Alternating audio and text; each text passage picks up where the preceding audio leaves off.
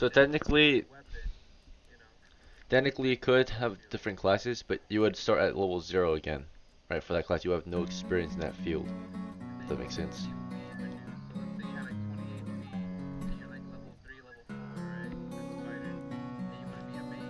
You'd be a level 0 magic user. Yeah, you would fight as a level 0 magic user. So you would get your level 4 fighter killed as a level 0 magic user. Right?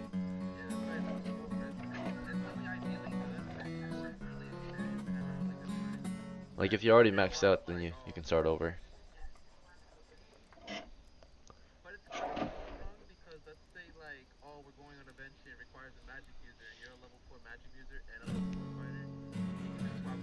Or you might as well have another player just play that role, right?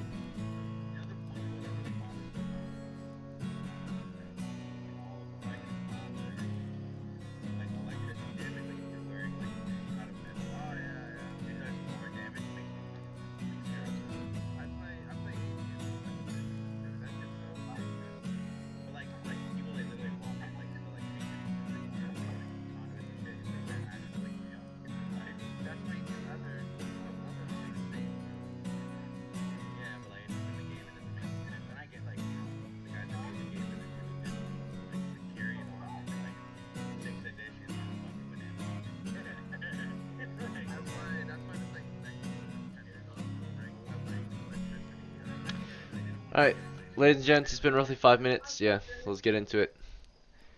So, as per usual, your party of adventurers begin from the village of Zigden.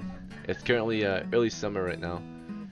Um, it's about, yeah, it's still first week of May, and a large crew of adventurers have gathered here, forming a party, right, to see Golden Glory. This is everyone here, of course. Seeing that your crew is so large, the village of Zigden has already provided you a task, right? As you gather your forces here, there have been rumors of enemy forces gathering to the east, particularly an army of kobolds, right? There was a party last week that tried to take them on, but they failed to take that fortress. There's reports on a small fortification being built along their borders, right? So they can prepare to start waging war against our eastern territories, right? Particularly the eastern hamlet needs to be reinforced, and they're hoping that you guys might be able to take the hill, right? If you can take the hill, we don't have to worry. If we can push the enemy further back. So right now, that's the current tasks at hand to deal with that threat. But there's also crime and outlaws that are continuing to cause trouble along the coast and along the southern border in the hills. And then reports on goblins have been brought in too. Goblins are now crossing the river, and they're beginning to establish footholds in the open grasslands west of us, right? So we're definitely in a wartime. It's summer right now, so that's the best time for war, right? And you guys have been tasked out with helping to clear out the kobolds east of here. Your prize for this is 5 coppers ahead, and if you establish, or if you manage to clear the entire hill, right, they'll also throw in a bonus. If you clear the entire hill, they will basically also reward each 1 pound of gold, right, for helping to clear the hill, after you manage to clear the hill, right? But you gotta take the hill. That's 100 coppers.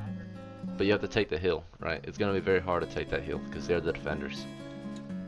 So, and we don't know. There's probably more now because we lost that battle yesterday. So they gained territory. They took out some of our men, and they're continuing to push further along the border. So last report was 17 kobolds, but now there should be more.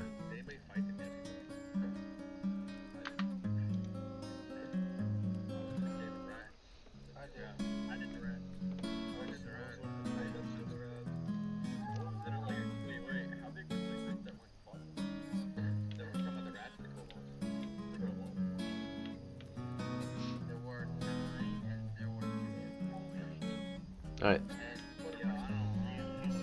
Let's get organized real quick though. So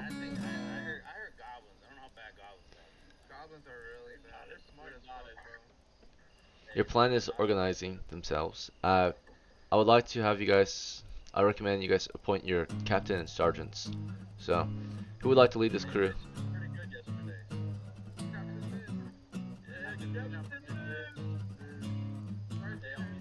Alright. And then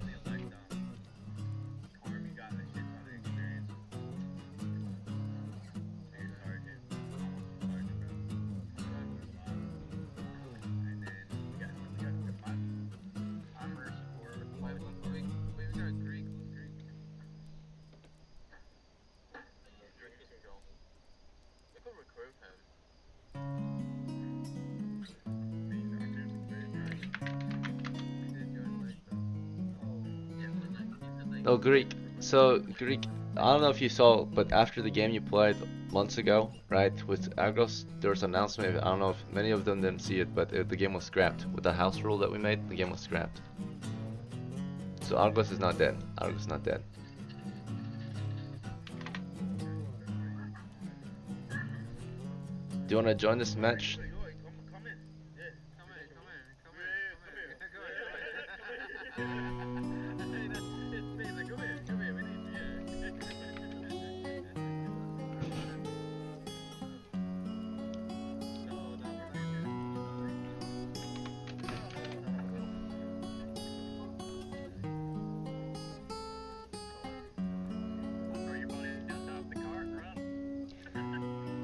Alright.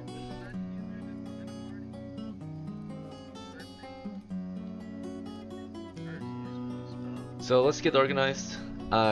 You guys can make your plans, but are you guys happy with the job that you got right now to take on the kobolds east of here? Or do you want to do something else?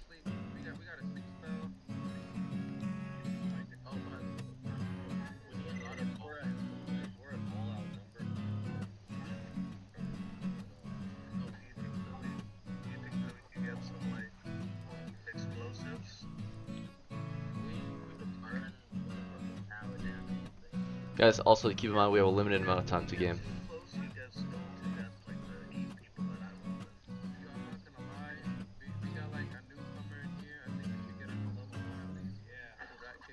We should also get moving soon, right?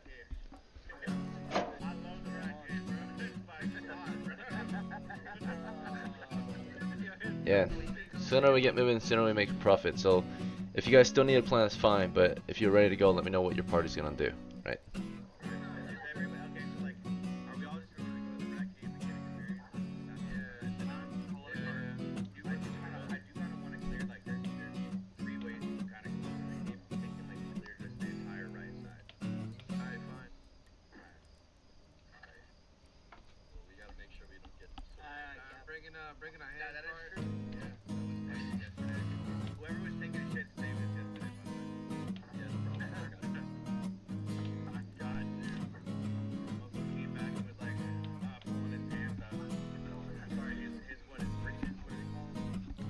Yep, brace, breaches.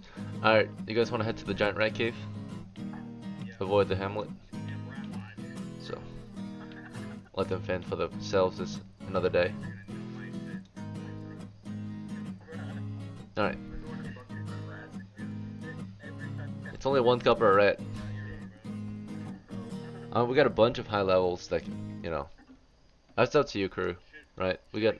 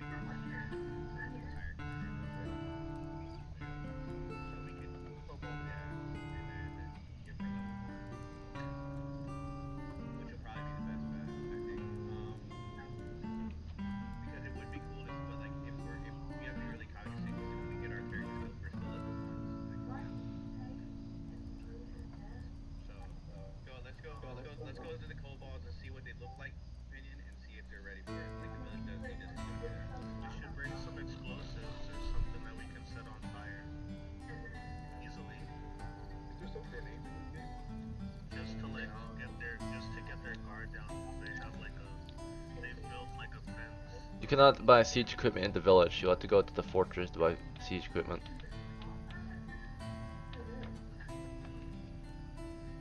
I say a medieval village, they only make what a village can make. It's not much.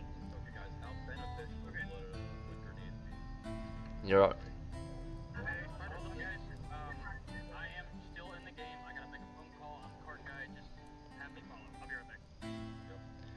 Captain, your crew is held up, still in the village, right? We're losing time, we're losing daylight. It's already noon, and you're still in the village.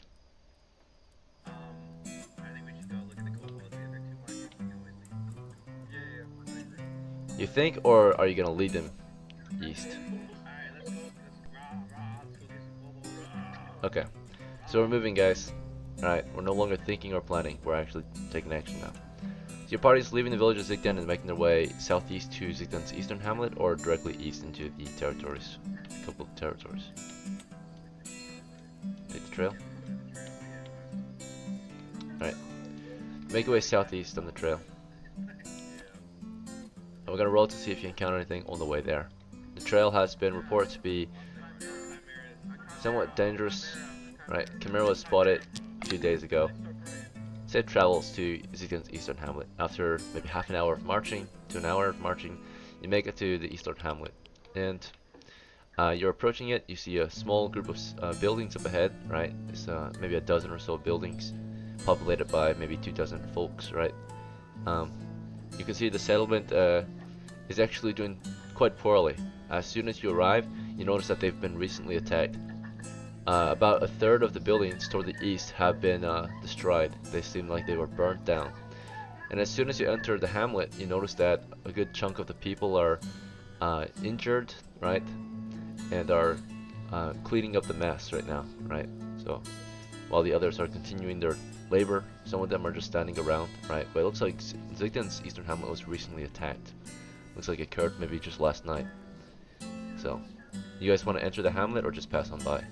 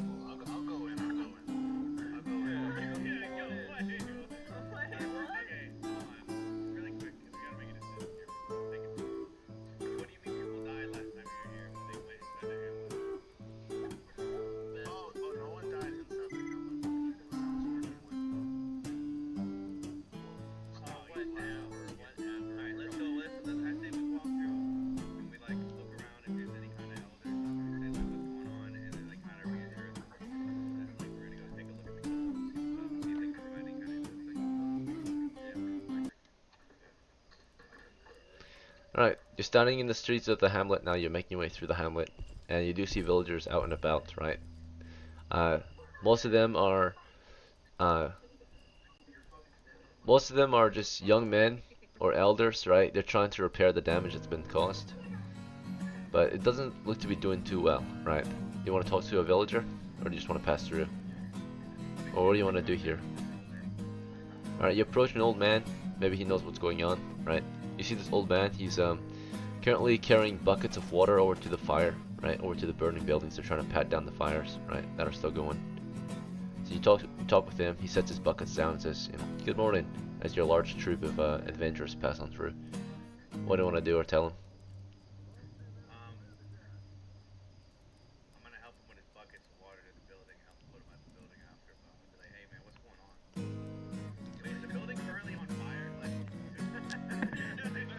Alright.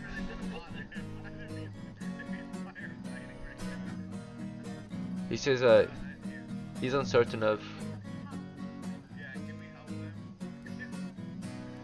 Yeah, so you ask if you can help them, right? So first you say what's going on, and he's like not certain of what to tell you. There's so much to say, but then you ask how could you help? And he says well right now they're busy trying to put down the fire or put out the fires, right?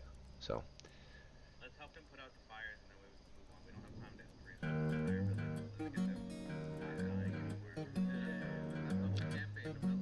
alright, so your party begins helping to put out the fires on the few remaining buildings that can be recovered. So it looks like out of the 12 buildings here, 3 are burnt down and 3 are currently burning. So you're trying to help put out the 3 that are currently burning, right? That are almost to be saved, right? So you grab some buckets with them, right? It's very smoky, very heavy smoke. There's only about 6 people trying to put out the fires aside from yourselves, right? 3 elders and 3 young children, right? Trying to put out the fires. The men are gone. You don't see any normal men around, right? Just some elders, 2 grandmas, grandpa, and then 3 kids trying to put out the fires.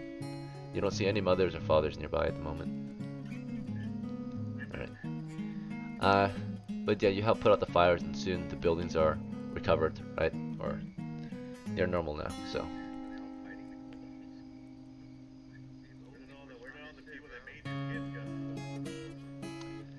You ask about it, and they tell you that the women are inside cooking and helping to tend to the wounds, and the few men that they had defending the hamlet were killed, right?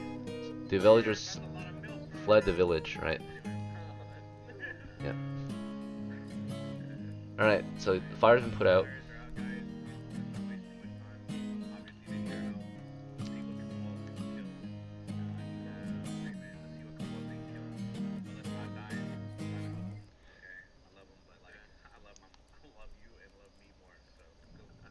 It took a few hours to put out the fires.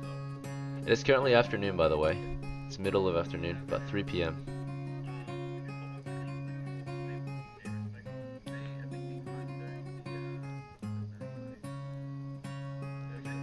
It's still daytime, so you guys want to push out into their territories.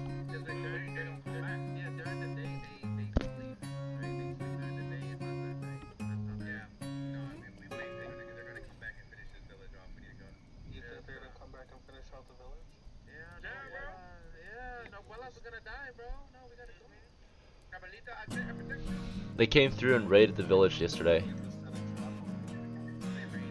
They raided it last night, so they looted the village, right? You guys want to rest up?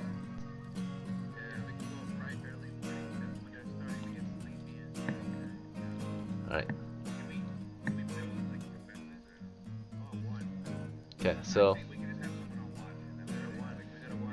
the village is entrenched, so you guys can take positions at the entrenchments. There's not a lot. You can try to build them, but you need shovels and tools, right, and time and manpower, which you don't have at the moment.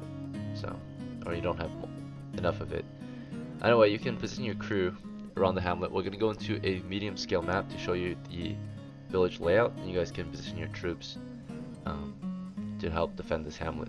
We'll see if anything were to occur at the hamlet.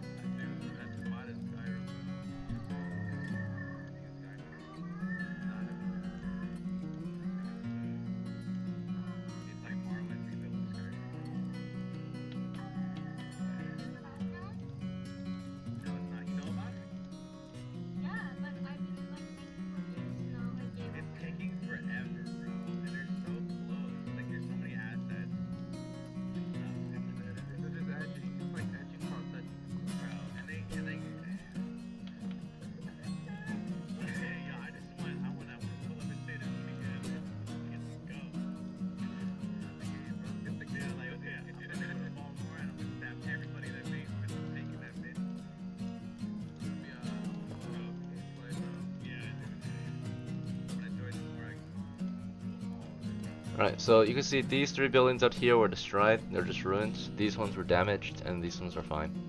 So, when it comes to the entrenchments, they have dugouts, like trenches, that the villagers made, just along the eastern border mainly. So all of this is trenched, just to give you an idea. This is entrenched.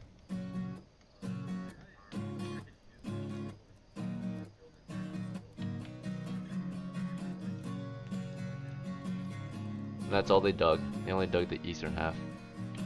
So, if you want to dig up a trench, this is a 30-foot scale map, right? 10-meter scale map. So digging up a trench takes time, right? And takes manpower and takes a tool. You need a proper tool to do it in an efficient manner.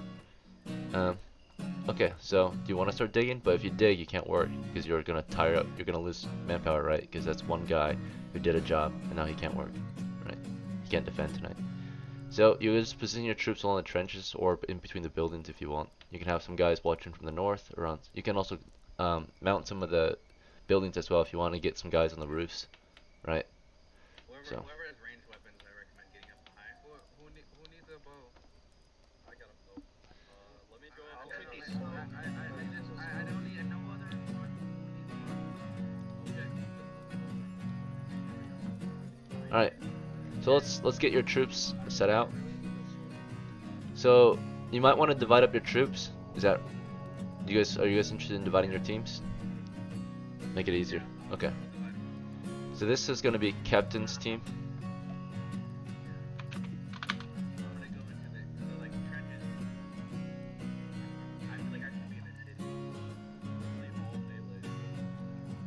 All right. How many teams do you want out of your whole troop? You have a total of 1, 2, 3, 4, 5, 6, 7, 8, 9. If everyone's still here, you have 9 troops. Or wait, maybe 10 actually. Actually, you have 10. So 4 and 5. And then we'll do a mix with 3 and 2. Okay, so actually there's 10 guys here at the moment. So we'll do 5-5.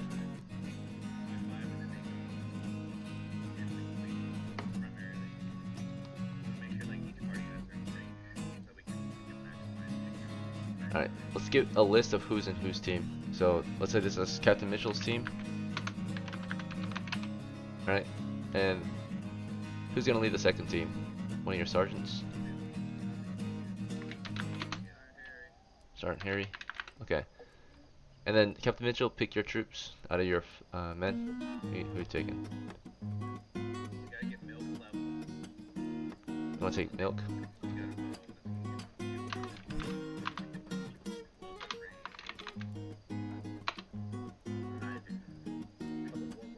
Give me 3 more names.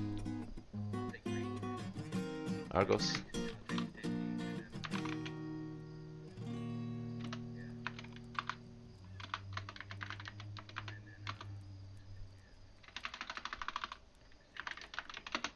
Robin the second.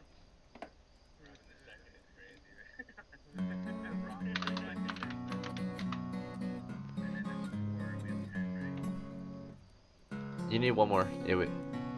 You got Robin the second. Who else? Okay. Alright, yep. Sergeant Harry, you'll take everyone else. So you got.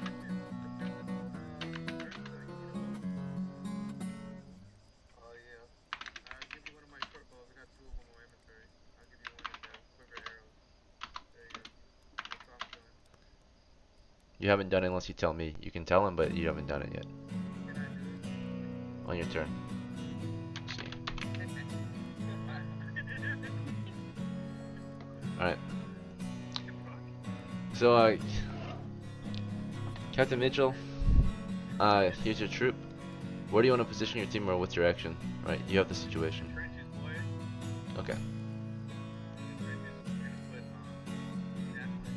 Alright, do you want to spread them out along the trench, or do you want to keep them condensed in one area?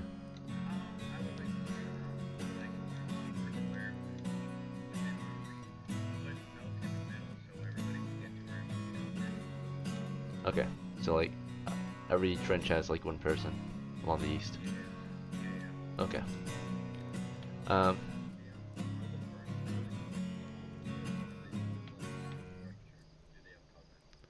They're still structured, like the roofs have collapsed in, right? Because it burned down. So they're like half their size. These ones are like a third, or only a small bit is gone. Mainly just the roof of these damaged ones. So these ones are like almost completely demolished, right? The walls have collapsed to some extent. The roofs have collapsed. This one is like just the roofs mainly have collapsed, and some of the wall. And these are totally fine. So I'd say like 33% is left, 50% is left, and then 100% is left. Yeah, you can still take cover behind these. Of course, if you're behind cover, you can't get hit, right? Or typically you can't get hit. So, cover versus concealment.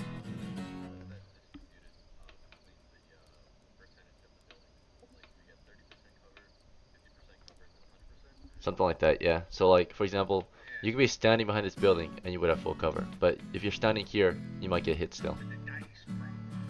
Right? You would have to like crouch if you want to use this for cover. Right? Versus this, you could just get behind it and you're fine.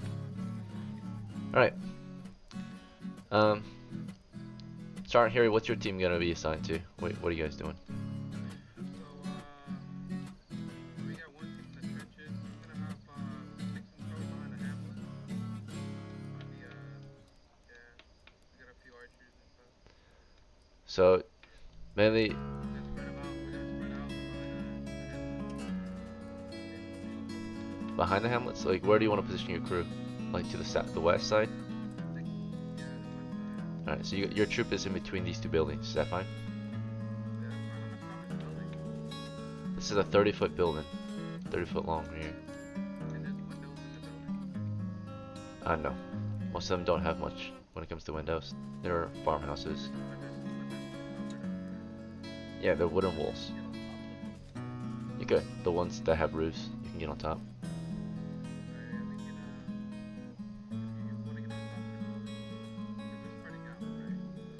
Well, you're one troop. You're spreading your forces out even more, then your troop is even weaker. So you're trying to divide your troop even more, or you're gonna keep your 5 guys here. This is a 30-foot by 30-foot area. You guys are currently positioned in between 2 buildings, right? You can grab some like crates and supplies from the village and use that as cover. Like set it up here. Okay. These guys have the trenches, right? And that's how you guys are gonna encamp. Right. And I did roll for the day encounters. The village wasn't attacked, or the hamlet wasn't attacked during the day, nor the evening, but it was attacked at night. At 6 in the morning, you know, by the way, your troop was sleeping at this time because you sleep during the night, so you had one person awake in each crew, you know, every couple hours. So, for the eastern crew, you had one guy on watch while everyone else slept, and at that point you kind of brought your troop in closer. We controlled maybe these 2 parts of the trench, right? This is a 60-foot area of trench that you're controlling. So you have 5 guys controlling the 60-foot area. It's really spread out. Any more than that, and your troop is going to be very weak, right? Your line's going to be very weak. So you have 5 guys on 60 feet, so there's like 10 to 15 feet space between each guy, and 1 guy awake at this time. And that's when we spot movement in the field. They're back. Let's say they came back. So even though we thought they wouldn't come back, they decided to come back anyway. But we got movement. A large band of small dogmen are advancing through the fields, right? Carrying small shields and slings and daggers and clubs and such. Right, they're carefully advancing through the field together. Their numbers are gonna be. Let's see, what do we got from here? 1, 2, oh yeah, 16. Okay. All right. And they got bodyguards too, and a chieftain. Okay, so that's 16 plus.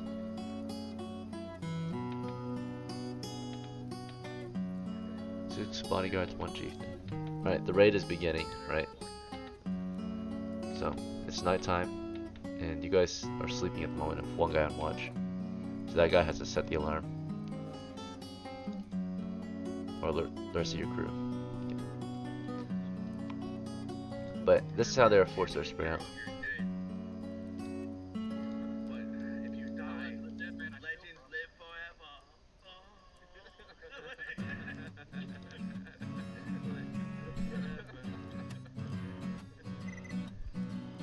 Okay.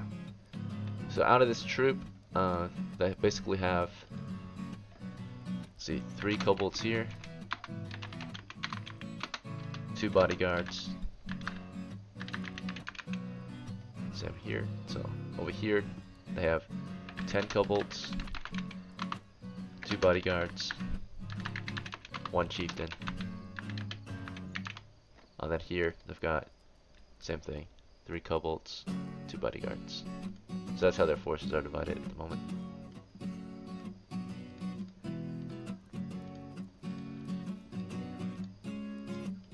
Alright, but yeah, they're moving across the field right now. They have been spotted by one of your watches, right? Who spots them at a safe distance of about 100 yards, or 100 feet out, right? So, yeah, about 120 20-ish feet is when you spot them in the field, right? It's late at night. You see them moving across the field. So, in your troop, I'm going to randomly see who spotted them out of your 5. I'm just going to roll a d10. Alright, it was Argos at the time. Argos, you were on watch, and as soon as you saw movement in the field, what did you want to do? Did you want to scream? Did you want to carefully wake someone up?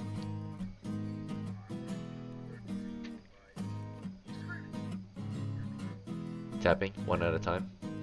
Alright, so if you do that, you won't let the enemy know that you're ready, right? So you will just be quiet. But then naturally, it takes longer to get everyone ready. Do you want to just shout and tell everyone to wake up? Or do you want to just tap on them?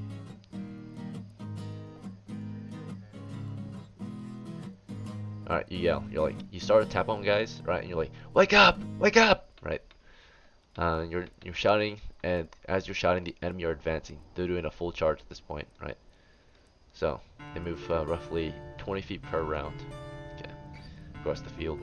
And then your troop is getting ready. So at this point, while that's happening, this troop has one guy on watch. And the guy on watch at this time is Rip. Rip the second, you're on watch at this hour. Oh no, wait. No, it's not Rip, it's Ursa. Ursa, you were on watch at this hour, and nothing has happened yet, right? So, nothing. You don't know the detectives begin.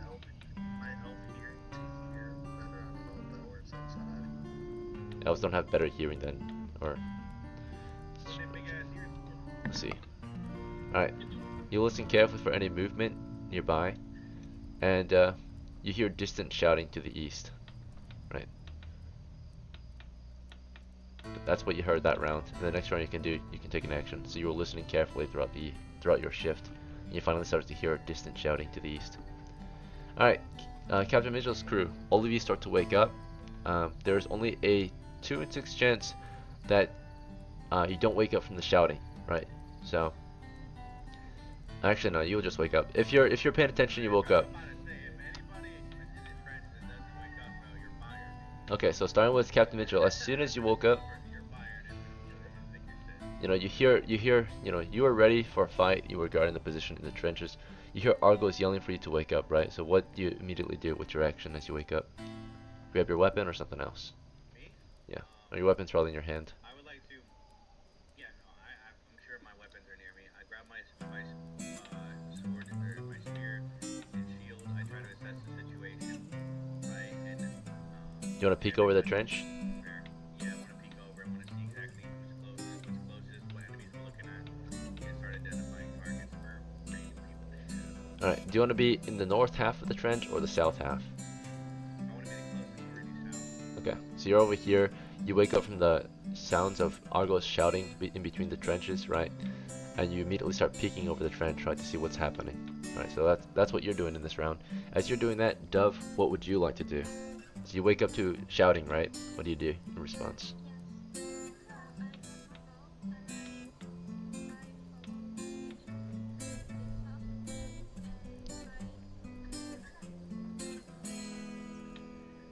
Alright. You look over the trenches to observe, right?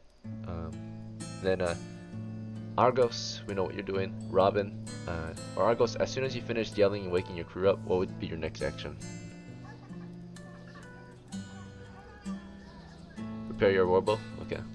So are you in the south half or the north half of the trenches?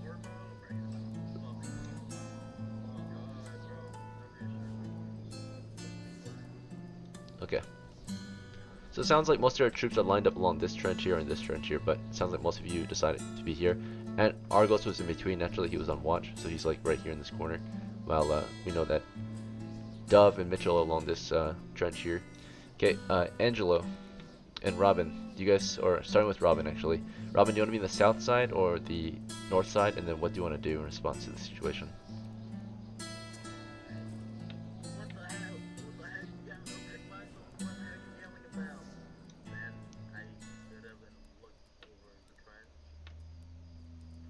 Okay. Yep. So you start looking over the trench. You start to see the approaching kobolds, right? And then Angelo, you wake up to the sound of shouting, right? Men getting ready, their weapons, right? What do you want to do?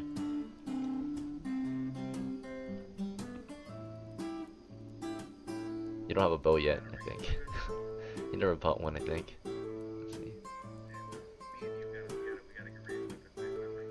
gotta wait for them to close the distance. Yeah, he's got his two-handed sword.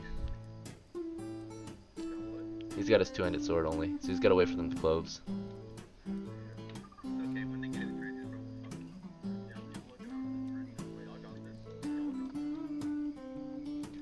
Alright. We climb in the trench and we cut your legs off. So you're holding your position, right? Okay. And then it's now Sergeant Harry, Jet, Ursa, Rip, and Mamba's crew, right? They chose this position, right? You spread your forces out across the entire hamlet. That's really bad. Okay. So, I mean, it's really good if you have enough troops to, probably defend, and if you're attacked from all positions, right? But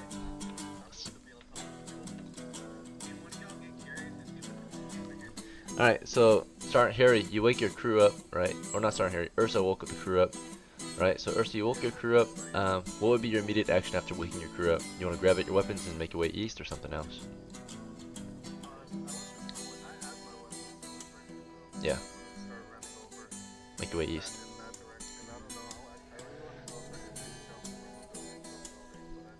You want to jump 30 feet across? Wow. Alright. Okay. So, Sergeant Harry, you just woke up. What are your orders for your crew? Start advancing east, or something else? Or hold the position? Okay. So, Jet and Rip and Mamba, do you want to follow Sergeant Harry's orders, or do you want to do something differently?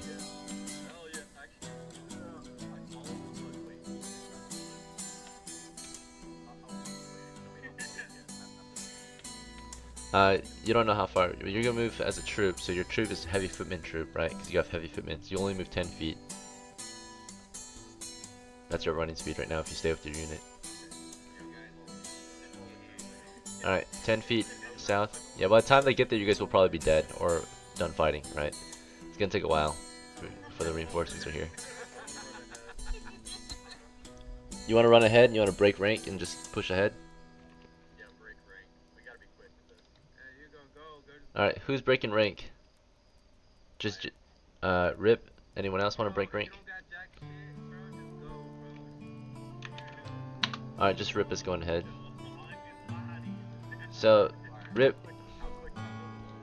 alone, your character's a medium footman, it looks like. So, you're going to be moving 20 feet per round, so just a little faster than the rest of the crew. Alright, the troop here is formed up, and as soon as you peek over the trench, right, you saw them, they heard you, they charged into a position, so now they're only 60 feet from your position. And let me check if that's short range for a sling, because what they're trying to do is get into short range, so they can get an attack bonus. Right, if they're in close range, they have a higher chance to hit you. You, of course, have a higher chance to hit them too, right? Alright, so slings short range is 5 to 40, so they're probably going to close more distance. So right now, as you peek over the trench and take aim, right, you see them still charging. Their movement is 20 feet, so they're 60 feet right now. So they just moved 20, that's going to close the distance, right? They're going to get into close range for their slings. So they just advanced, and you guys start to open fire on their position, right? The guys firing on them is, we've got Argos, I think, Robin is firing, Dove is firing, that's it, right? So 3 shooters against their forces. Alright, so starting with Dove, do you want to fire at the north troop, the middle, or the south troop? Okay, that's the furthest group, so it's hardest to hit for you. It is nighttime, so you can barely see them right now. The enemy are running across the field. Due to the lighting penalty, we can almost not even see them, so it's a -4 penalty to hit. You're firing into the blind. Okay. Alright, you fire. Let's see if you can hit. Misfire. Alright, so she missed her shot. It just goes whizzing past their troop, right? Overhead. It still didn't hit. Yeah. Alright. Good call, but yeah, still not enough to hit them. They also have shields. Alright, next shooter is Argos. So the enemy troop is advancing across the field. right? They're assaulting the trench. Argos, you take aim and you can fire. I think you have a warbow, right? And which crew do you want to fire at, or which group?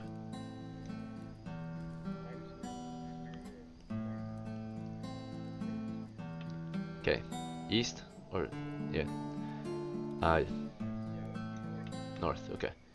Here come your shots.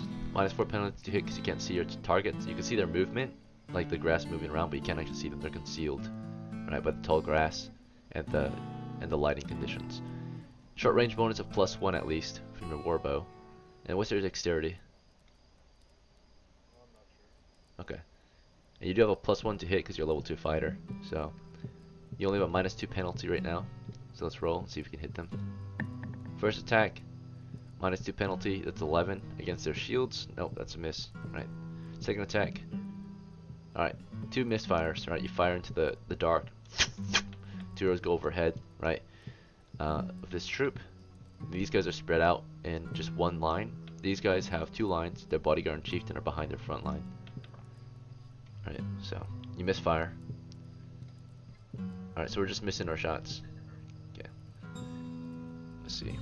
So these are bad fighting conditions for us. They can see normally, by the way, because they got night vision. So Oh, we're night vision? I bet. they have night vision.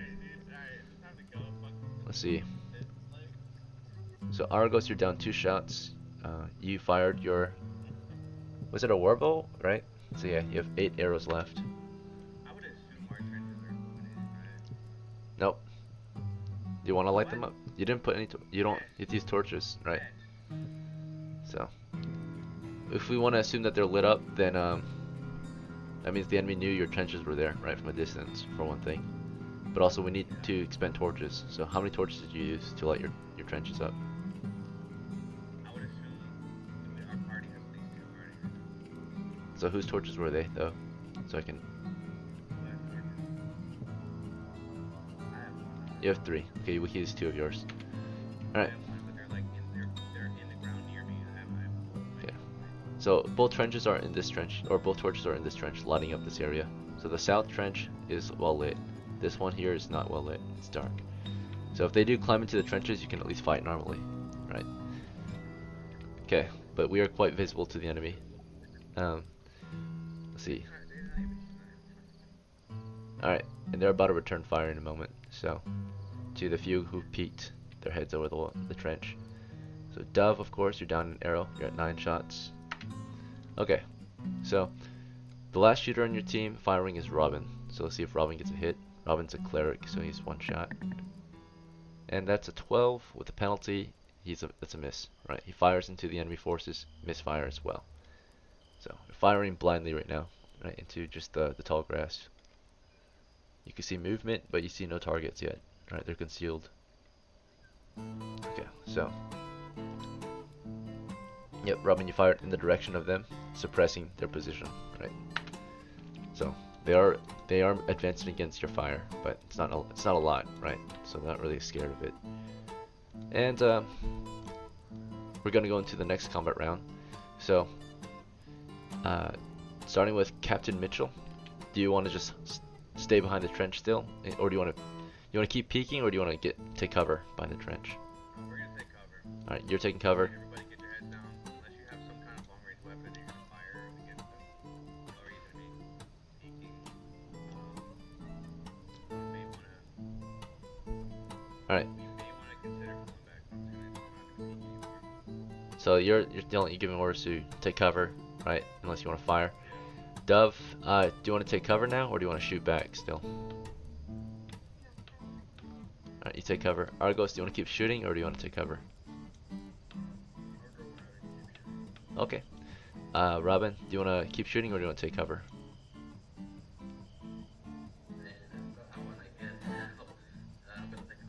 Take cover? Okay. Angelo, do you want to wait behind cover still, or do you want to do something? You want to charge them? Yeah. Okay, very well. So we're sending Angelo out. He is heavily armored, so it should be hard to hit him. Damn, is that Dan Daly? On God. Alright. So Angelo's climbing out of the trench. He's charging the enemy forces. Let's see. Alright. Hopefully, it looks like Argos will cover you with fire. He's firing at them. So Angelo's charging the field. He is a fighter, so his armor doesn't weigh him down too much. The rest of your troop, you guys want to keep advancing east? Yeah, I'll tell the troop keep heading east. I'm gonna light up a torch. Alright, Rip is on his own, 20 feet. The rest of the troop is 10 feet. Harry lights up a torch on the way there. Anyone else want to do anything as you guys close the distance?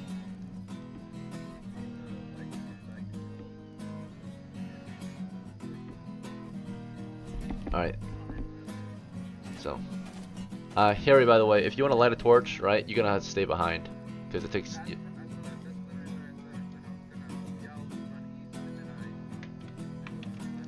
Yep, you're gonna halt. Your troop is moving east still, hopefully.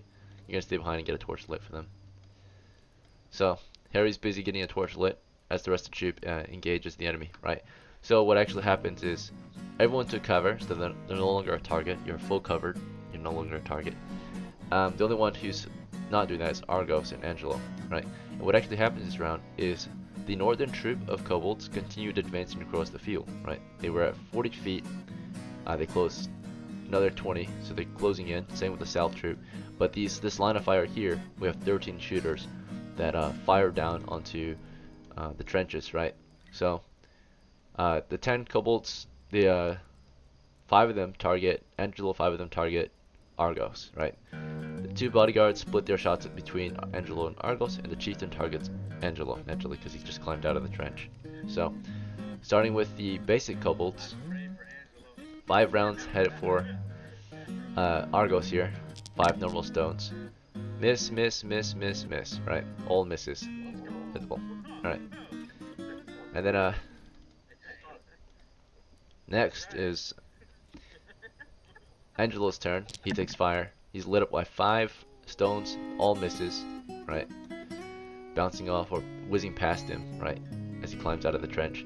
And then next is the bodyguards. The bodyguards are a better shot, right? They have a bonus to hit. Let's see. Bodyguards are really good at shooting.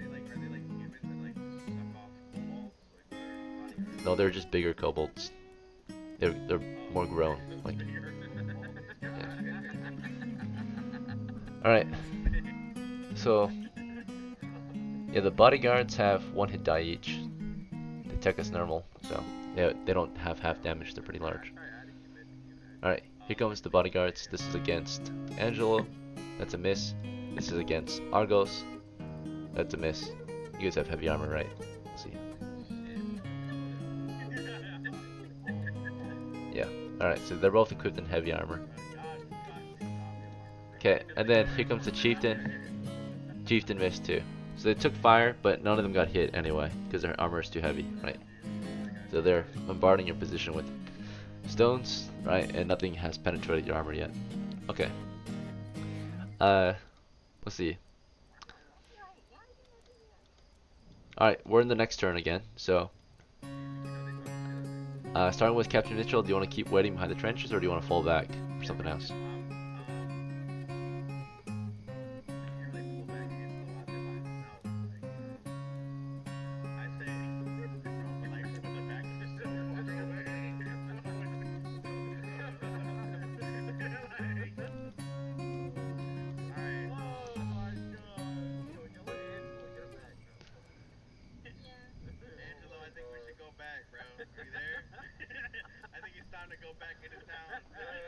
I mean, if you guys do a fine withdrawal, you can regroup with the other troop, right?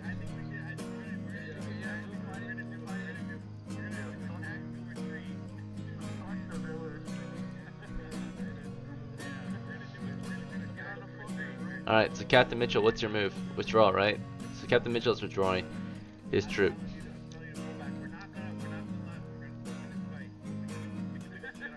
Alright. So, do you guys want to move through the trenches to retreat? Or do you guys want to climb out of the trenches and do a... Alright, listen carefully. So, if Captain Mitchell makes a call, right, you guys can do the same action as him, of course, because he's leading you. But Captain Mitchell, your call is, or your plan is to climb out of the trench and fall back, or to stay in the trenches and move through the trenches out of here. If we climb out of the trench, I'm assuming they can still see us. Yep, and they can shoot you. Yeah, I would like to go south of the trench, upwards. South or west? Oh, sorry, north. Okay, so you're moving your troop west. And your troop is a heavy footman troop, so if you want to stay together, or no wait, I think it's a medium footman. Let me double check. Heavy footman. We'll see. He might stay back, or he might solo them. We'll see what happens. But Captain Mitchell's troop is moving west. All right. Captain Mitchell, so your troop can, if you want to stay as a one troop, one unit, right, you guys can only move at 10 feet rate because Argos is slow. And Argos, do you want to stay back or do you want to fall back with Captain Mitchell? The orders are to fall back. Yeah, you're gonna get a shoot in a moment. So, we'll roll your shots. Misfire. You stay back? Alright. So we left 2 behind so that the rest can fall back.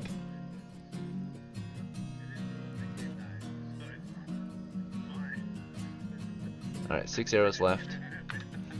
The troop is, aside from, so Argos will stay back. Robin, do you want to stay back too, or do you want to fall back with them? No, I know. I'm asking Robin. You're falling back. Alright, so Argos is staying. He fired. Oh wait, Argos, after you fired, do you want to fall back with him, or do you want to stay back with Angelo and keep shooting from the trench? Okay, you're leaving. Alright, but yeah, you did get your shots off. That's right. Okay. And then this troop is now falling back. Dove, do you want to stay with? Do you want to follow Captain Mitchell, or do you want to stay with Angelo in the trenches? Or Angelo left the trench. Alright, you follow the captain. You guys will be moving 10 feet to the west. Alright. While that was happening, Angelo continued sprinting across the field.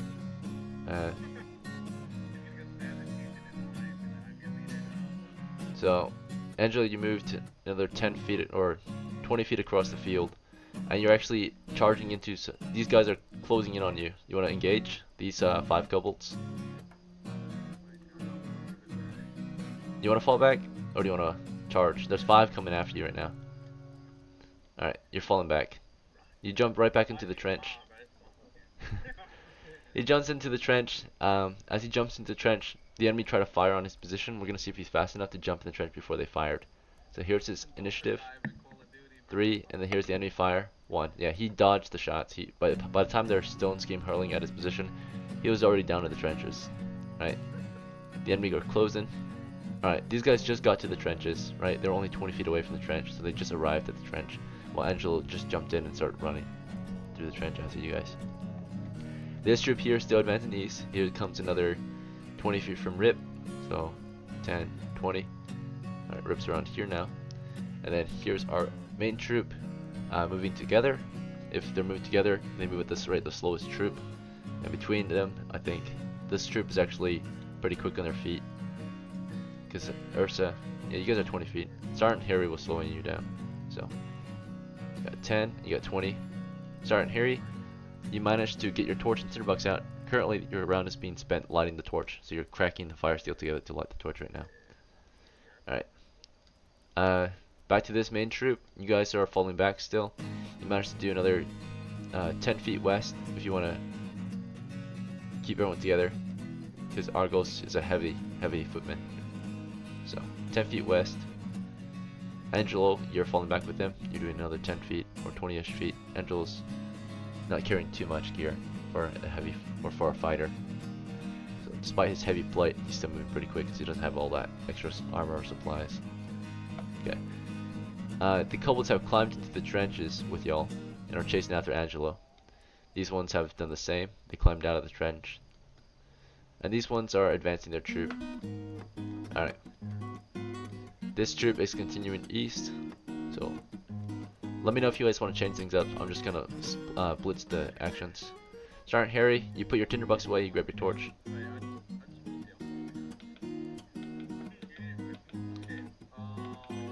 Alright. Captain Mitchell, your troop continues to move out of the trenches, right? And then we're speeding it up because we're no longer in the combat. We're just falling back now. So Captain Mitchell's moving through the trenches. Angelo's right behind them. Kobolds chase after him, right? They're only like 20 feet behind Angelo. These kobolds have advanced 20 feet across the field. These ones have advanced another 20 feet across the hamlet, right? 30 would be a square, if you like that. So it's 20 feet. One square is 30 feet. Okay. Alright.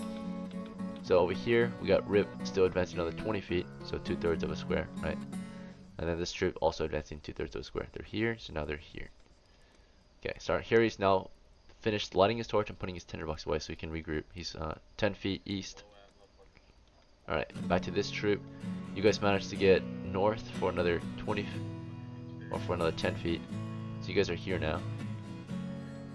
Angelo does 20, so he's here. Bodyguards are right behind his butt, right, following him. This troop here, they're at the corner. This bodyguard troop have climbed into the trenches, so they're climbing down into the trench. This group here is moving across toward the hamlet, so they're probably here to finish off the hamlet. Because remember, what happened yesterday was they came into the hamlet, burned it down, and the villagers fled, right? The villagers decided to come back to their hamlet overnight, or after the raid, right? So they're here to kill off the last of them that decided to come back home. So they're running across these 5 troops are running along this building, trying to get through the hamlet, while these guys are chasing you guys through the trenches. Back to this troop. Rip made it 20 feet further east. These guys made it 20 feet further. Just 20. Okay. Sorry, Harry, you get 10. Alright, this troop here, another 10 feet. Angel's catching up to you guys. These guys are catching up to you guys too, because you guys are slower. These bodyguards are about to catch up, by the way. They move 20, your troops moving 10. So they're closing the distance. They're right behind Angelo. And Angelo's about to close the distance with y'all. These guys have climbed out. Alright, Rip another 20 feet for you. These guys get another 20. Gonna start moving north? Okay. Alright. So at this point, Angelo, as you're running up to the party, you can see they're slower than the bodyguards. So at this point, you're gonna have to halt and take out these 5, because they can't outrun it as a group. The trench is only, by the way, the trenches are only about 10 feet wide. So we're gonna have right now we know Captain Mitchell, Dove, Robin, Argos are carefully moving out of or running out of the trenches, but we're slowed by Argos. He's a heavy footman, right? He's in the heaviest armor available, right? So he's. Do you guys want to leave Argos behind, or you can do a 2v5. Angelo and Argos can do standby. All right. So Argos and Angelo can stay back and fight. Alright, while the rest of the troop can keep moving, right? You guys, without Argos, you guys move 20 feet. Alright, so here they come. It's a 2v5, right? And because the enemy are small, they can fight 3 abreast in a trench, while you guys can only fight 2 abreast. So it's 2v3 right now, while the other 2 can't do anything. And you're first confronted by the normal kobolds, so it's 3 normal kobolds versus 2 heavily armored fighters. Alright, so you guys have choose your weapons. I think Angelo has a sword out. Argos, what weapon did you have out? The bow still, or? Okay, yeah, just spear by that point. Spear and shield. The enemy are running up to you guys, and as they close the distance with you, the weapon of choice is they actually didn't close the distance completely. The 3 smaller kobolds in the front start out with firing their stones at you. The bodyguards behind them fire stones as well. So they didn't actually close the distance. They decided to like keep 10 feet and fire their stones on you to begin with. Do you guys want to charge them? Like step forward and swing on them? Okay. So you step forward, try to swing on them. The 3 normal ones fire on Angelo. The bodyguards fire on Argos because he's more heavily armored. We'll see. So Angelo, you get 3 shots toward you, and that 20 is the only chance they can hit. They all miss. For the bodyguards, let's check if they hit. Alright, there's 2 bodyguards rolling to get hit against Argos. Both misses, right? Stones just get, bounce off your armor, right? There's no effect. Alright, now it's time for your assault. Starting with Angelo, you swing your 2-handed sword at them. Okay, here's your 2 swings on the first guys. 1 miss, 1 hit. So you got 1 hit, you have 2 attacks. Alright, your damage is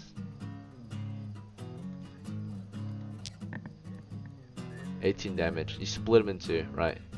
You got 1 kill now. So now there's only 2 normal kobolds left. 1 dead kobold here. Yeah, the bodyguards are behind the normal kobolds, so you can't target them yet. Alright, so 1 dead kobold. Alright, in the trench with y'all. Okay, ready to be looted. Argo's got 2 stabs in on them. Let's see if he gets his hits. That's a miss, and that's a miss. Alright. So, you stab at the enemy ranks, right? You step forward, stab, right? They duck and weave. They avoid your attacks. The slingers have shields. And normal shields for them count as like heavy, right? So, because they're small. Or no, they have light shields. Yeah. So, you tried taking them out, but failed, right? Your distance is close though. This troop here has advanced another 20 feet through the trenches. These bodyguards here have closed the distance on this building here, right? These guys moved across the hamlet and rip.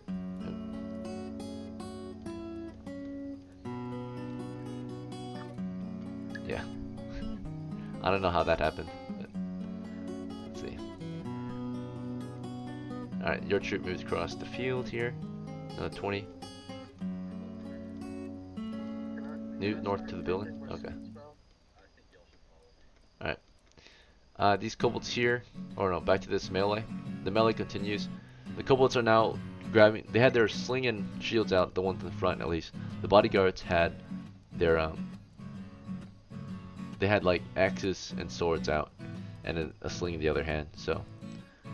The 2 in the front are now dropping their slings and grabbing at their weapons, right? Like their club and dagger. While that's happening, you guys try to split them in 2. Starting with Angelo. Hit and a hit, or actually let's check his bonuses.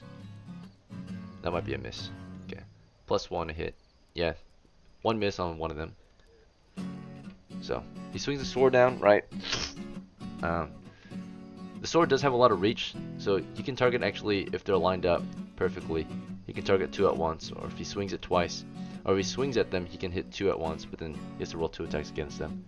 So, do you want to do that? Because your weapon has a lot of reach, so you can split them, like target 2 at once with your sword. But the chances of hitting is lower, right? So, or the damage is less.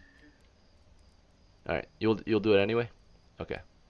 So your first attack, right, you do a split attack, so 1 goes for the normal kobold, 1 goes for the bodyguard, right? And you manage to miss the first one, but it goes through the bodyguard, right? So, despite you missing the first guy, the tip of your sword went through a bodyguard just now.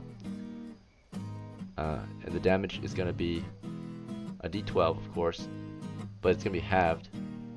And it's double because they're small, so just a normal d12, yeah. 12 damage. Alright, you split a bodyguard in 2. From just the tip, because it went past the first guy and the tip went through the bodyguard. So 1 dead kobold bodyguard. Alright, and then here comes your second swing with a sword. So a 2-handed sword, yeah, can technically go, can cleave through, or yeah, multiple targets, right? Because the whole thing is a blade. So he can swing again. Do you want to target the 2 normal kobolds this time, or a kobold and a bodyguard for your second attack? Do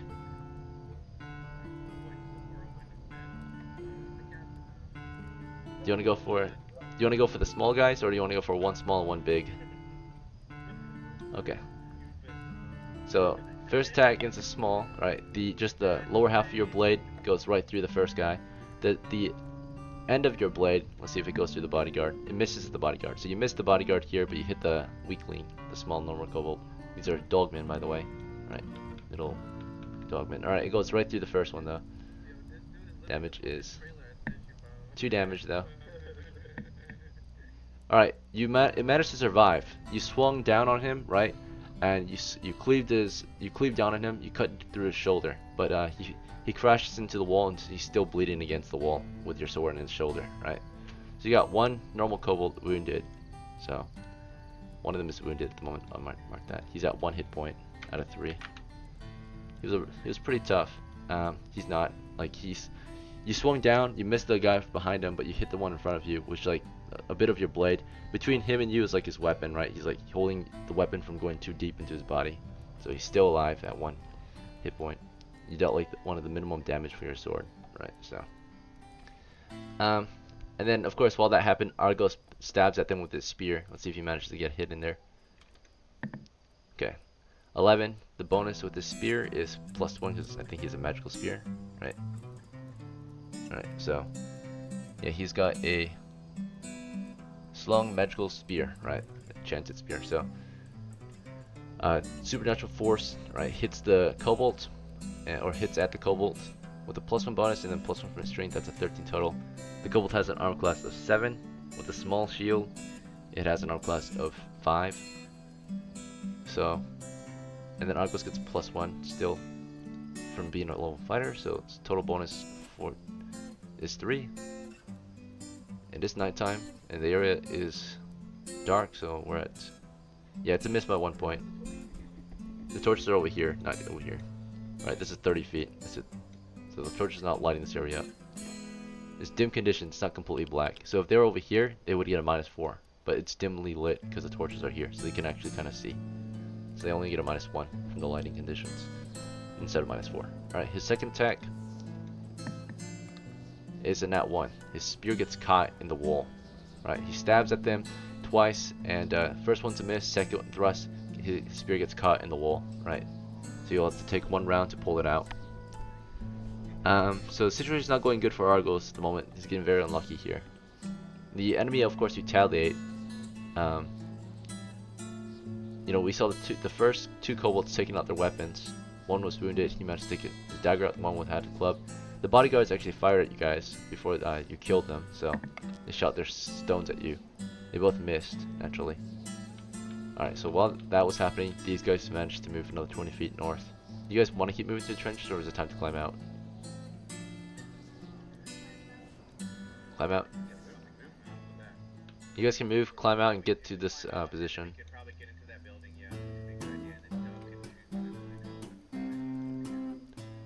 Alright, so you're climbing out right now. You guys are in the middle of climbing out the trench. These guys have moved across another 20 feet. Right, they're trying to get in there and raid. Right, these ones here got to this building, and the building's only half burnt down. They begin to start lighting up torches, right, so they can set this building on fire. Rip, you moved 20 feet north across. This crew moved another 20 feet.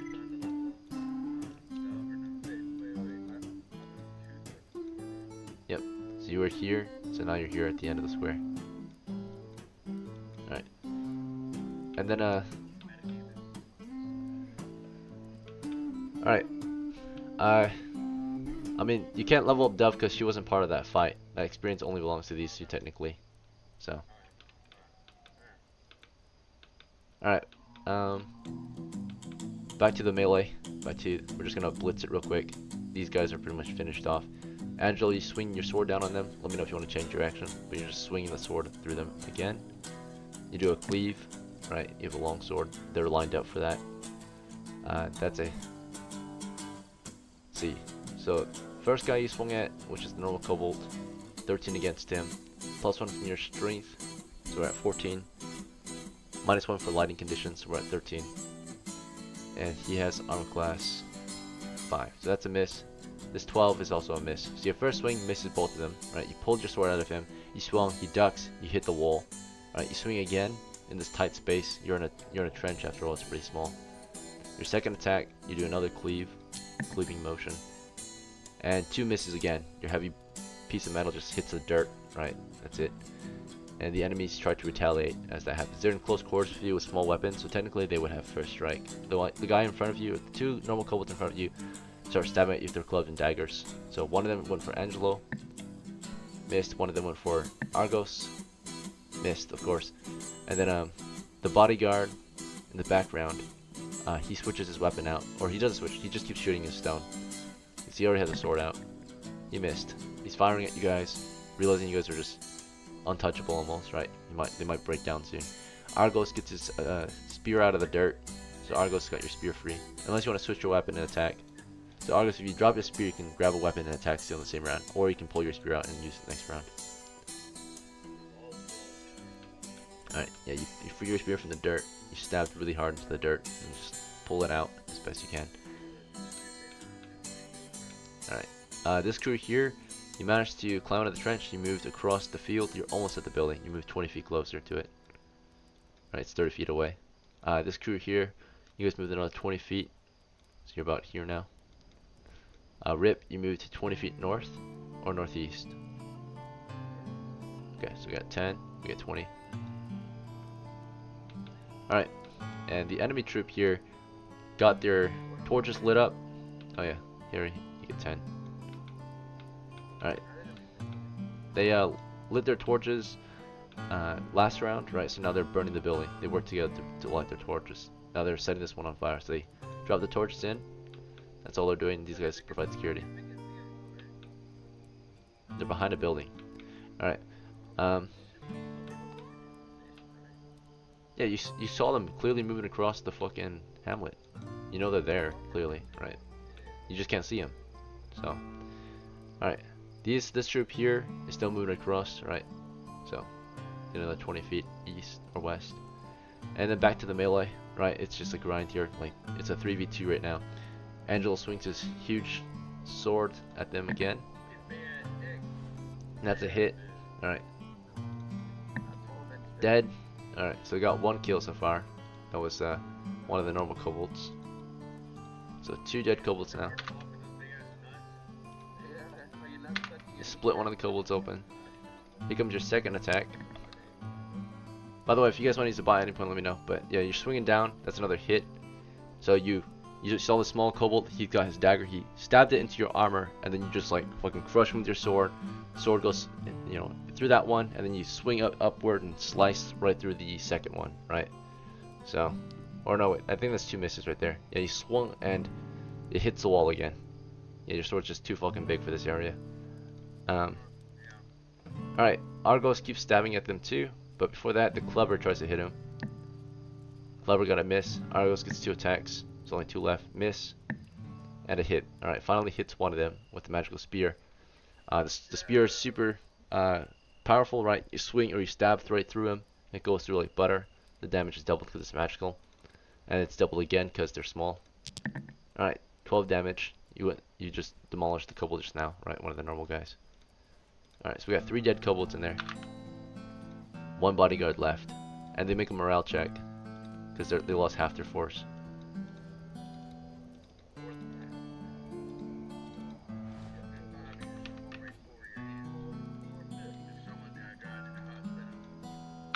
Alright, so all the normal kobolds are dead. And he makes a morale check to stand and fight. He breaks. So the bodyguard, right, which was further away from your crew, right, because he was just slinging stones, he quickly turns around and starts running away, right? You guys want to chase after him? He's faster than you guys, except Angelo. Alright. Oh yeah, sure. On his way out, you can throw your spear. Okay, and then you guys can after that regroup. After that, you can regroup your team, or you can charge this last group here with these guys here. All right. Captain Mitchell's group. You just got to the building. You're up against the building now, right? You want to get inside of it, or do you want to go around it? You want to go inside? It's a ruin. Like, all right.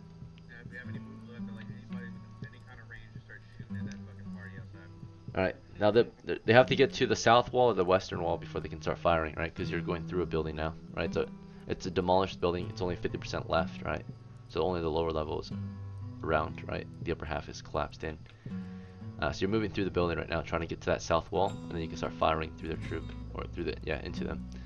This group here has moved another 20 feet through the hamlet. This troop here has finished burning the building, or lit this building. So this building is currently on fire. So to represent that it's on fire, I'm gonna change this to red. Alright. And it will start burning, right? So it's burning. These guys are now moving toward the south. Alright, this troop here is now charging the enemy forces. You get 20 feet closer. You're going up against 13 kobolds. You guys want to keep advancing? Jet, Ursa, and Mom, Mamba, who's in charge of this crew? Because your sergeant's left them. Sergeant left the crew. Ursa, you're in charge? Like, I got the torch. They didn't say anything. Their original action.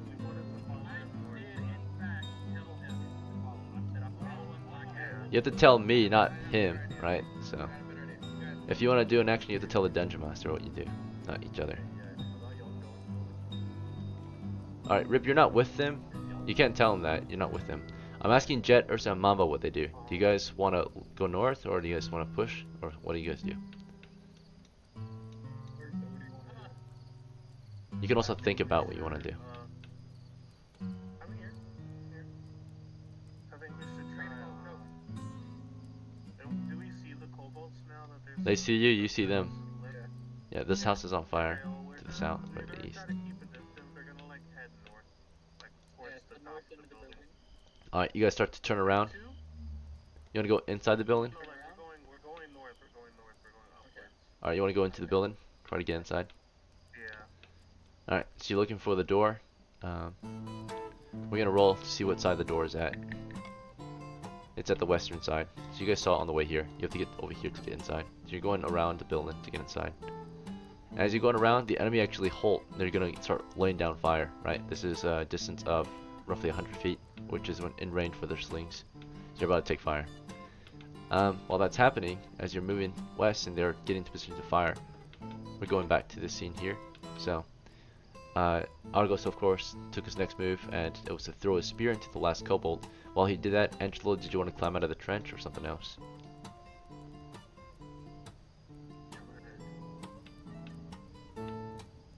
You're gonna head what?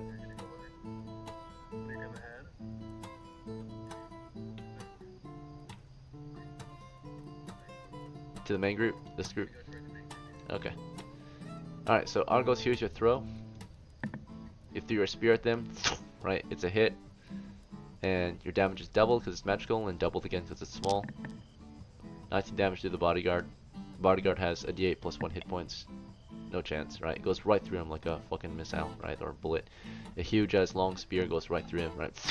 And takes him into the wall of the trench. So Argos' magic spear hits him really hard, like a lightning bolt almost, right? And you can go retrieve your spear after that. Angelo is climbing out of the trench so he can make his way out toward the rest of the troop. So he splits from your crew.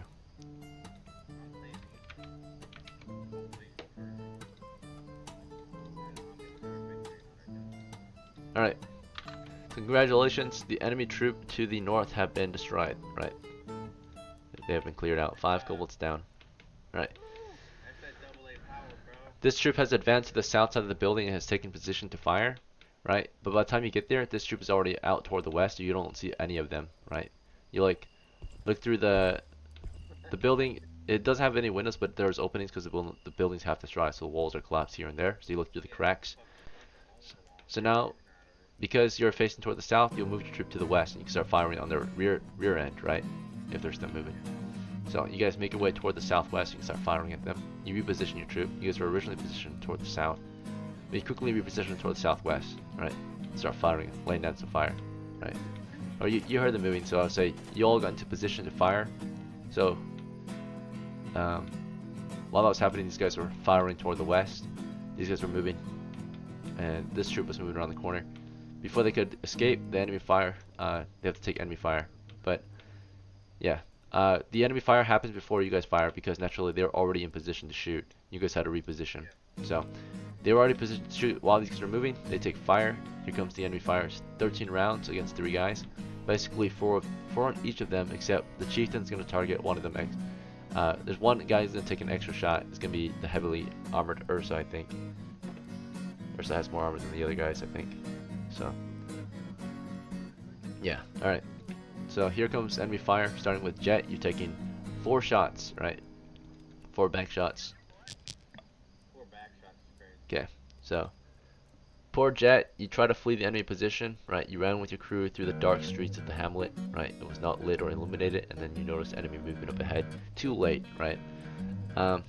Poor Jet takes fire. He only has a helmet on.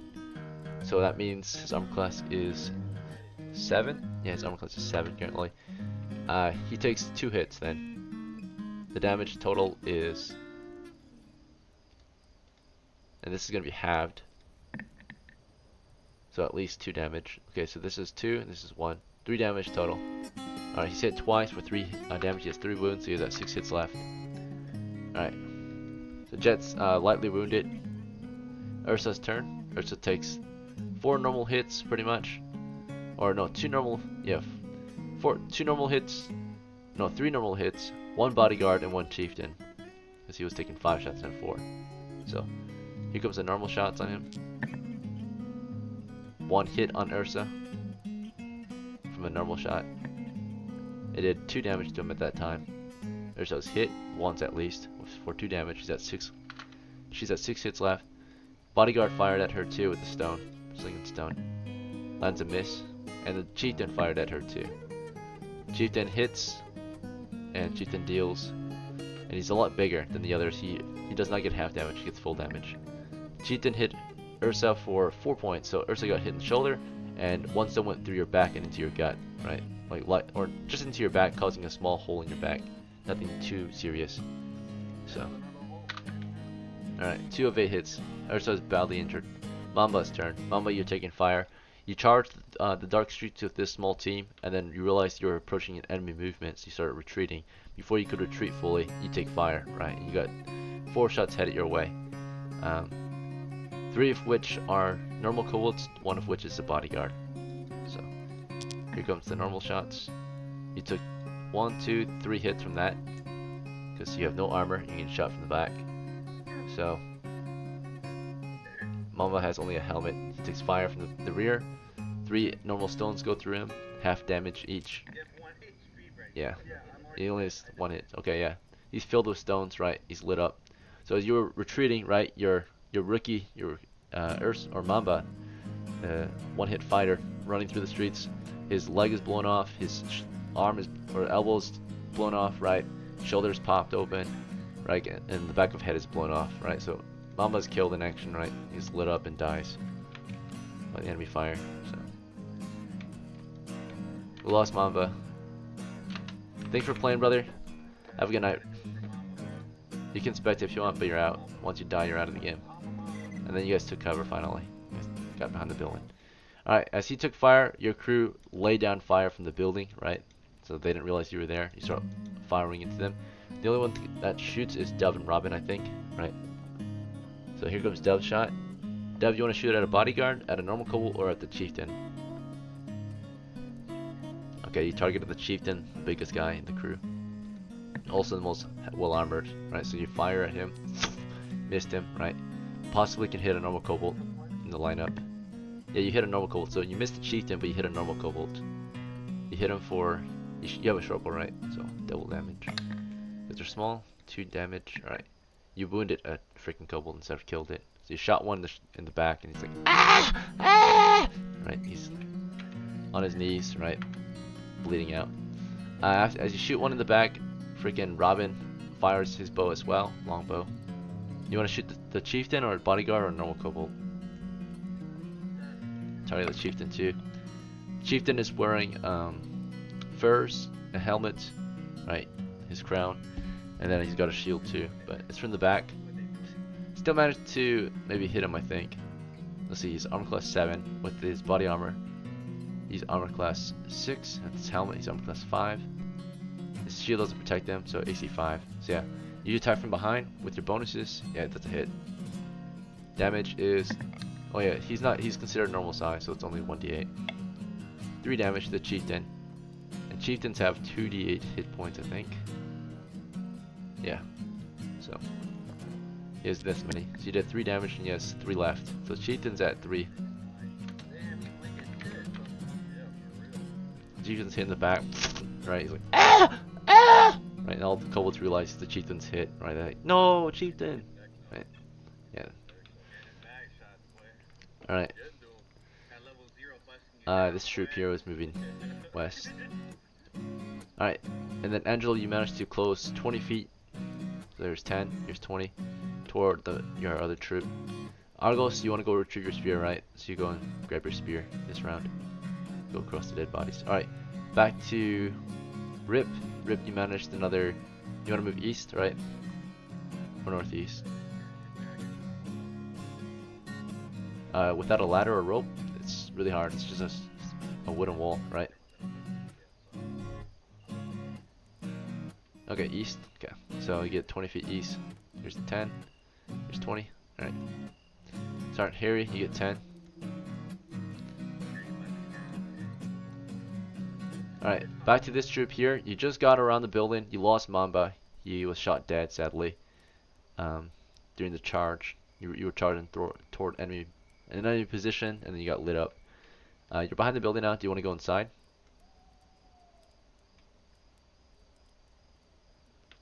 Jet, Ursa.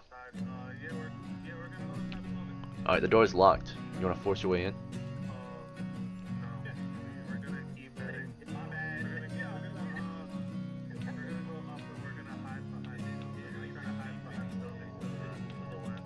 To the west. Alright, going northwest. Jet, are you on board with that?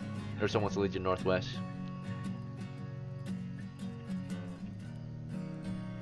Ursa or Jet? On board, Jet? I didn't hear from Jet. Yep, because Ursa wants to lead you northwest, away from the enemy, right? I'm gonna actually break formation right. Yeah, head towards the bigger group. Alright. Yeah. So Jet is making his way northeast for 20 feet. Ursa's going northwest for 20 feet. You guys are no longer a party. Oops. Detach. Detach from the party. Alright. Enemy position here took fire, and they turn around and they start lighting up the building, right? So those who are in the building, you want to take cover, or do you want to keep firing? You want to get lit up. Alright, so you all take cover. Dove and Robin, you take cover too. Alright, you take cover behind the walls. They start lining the position up, so they suppress it, right? So if you get up, you're a target, you're a potential target. So they have shots ready, right? They're just firing overhead. And at any point you decided to get up instead, you might get hit, right? They just suppress the position, right? They fire down the position. Angelo, you manage to close the distance on the building, right? Get against the wall. Argos, you can climb, or you can run through the trenches at 10 feet per round, because you're a heavy footman. Let's see. Yeah, his gears, he has a little bit too much gear. This troop here managed to get to the next building, and they've prepared some torches on the way there, right? They have torches that they lit against their fire. They're already pre-existing fire familiar. They're still gonna start lighting this building. By the way, there's people living in here, right? So, right.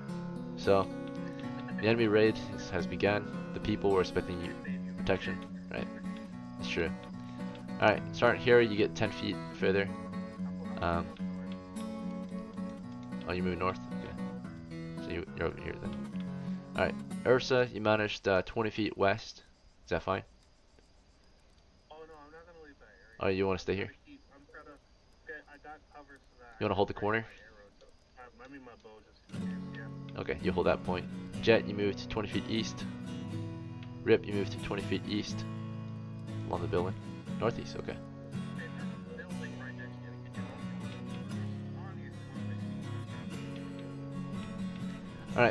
Alright, this troop here was suppressed by enemy fire, right? A bunch of stones come into the building, boom, boom, hitting all the walls, breaking wood, right? You're all taking fire, right? And then back to, yeah, so you guys just want to stay in cover for now? You're just being shot up. You just want to keep hiding behind cover? Yeah, alright. Okay, so yeah, you're taking fire. Angelo, you want to climb into the building or something else?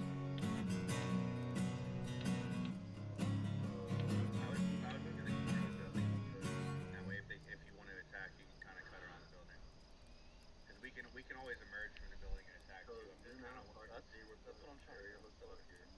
I'm just kind of waiting for everybody else to kind of see that them so weak that you break into the rest of the fire.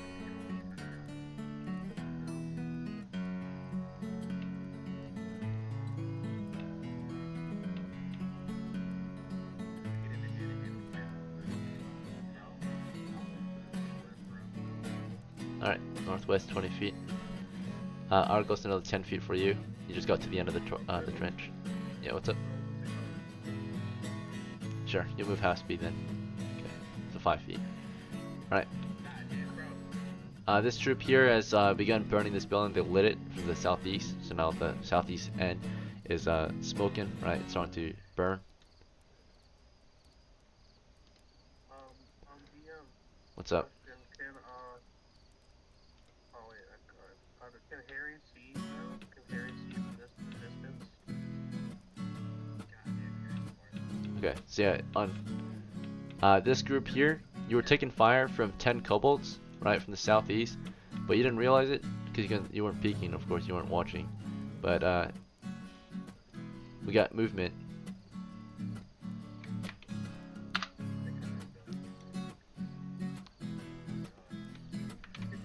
So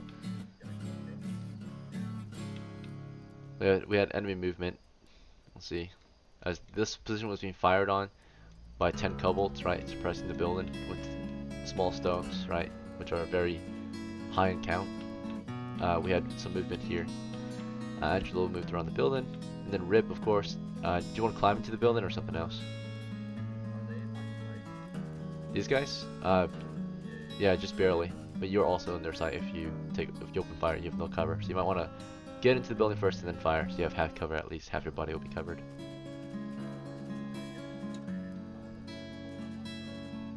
Yep. You're climbing into the building, and then you're getting your bow out, ready to start laying down some fire from the north. Jet, you want to keep pushing east or something else?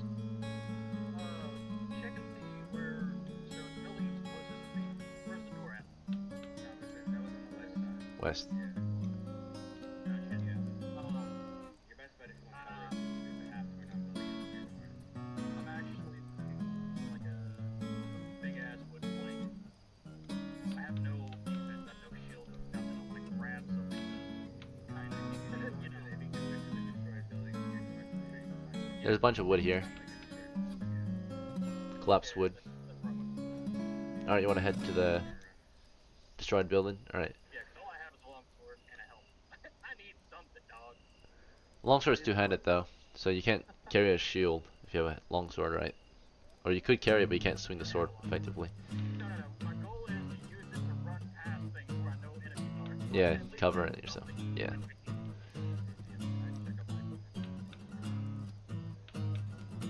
Sure.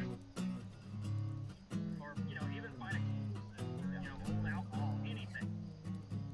Down. Okay.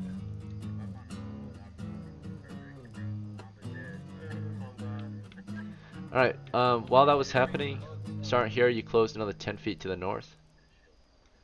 Alright, Ursa, did you want to hold that point still? That motherfucker, bro. God damn, bro. Ursa, you holding it? Being that they're not following me, I'm gonna try to regain some ground and follow a little bit. Stay hold on. Well, I'm gonna look around the corner. I'm gonna peek around the corner here. Alright, so you're peeking. Yeah, what do I? You see Mamba's corpse. Nothing. Okay, A burning building now. Or you don't see any fire yet, but you see smoke to the southeast of the building, right? Rising from the southeast side of the building. So that building's on fire to the southeast. You can hear people in that building screaming, right? You hear a young girl crying like, you know, grandma, grandma, right? And grandma's like, oh no, right? So, Where's the door for that building? let me roll for it. North side.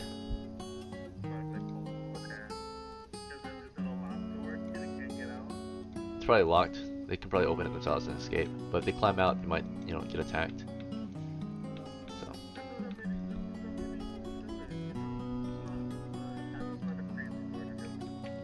Yeah. Alright.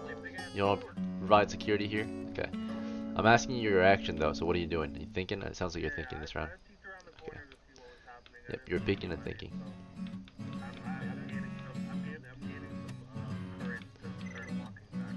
Argos, you got to, your next movement is 10 feet here, or yeah, 10 feet to the corner. And then Angelo, do you want to keep moving around the building or something else?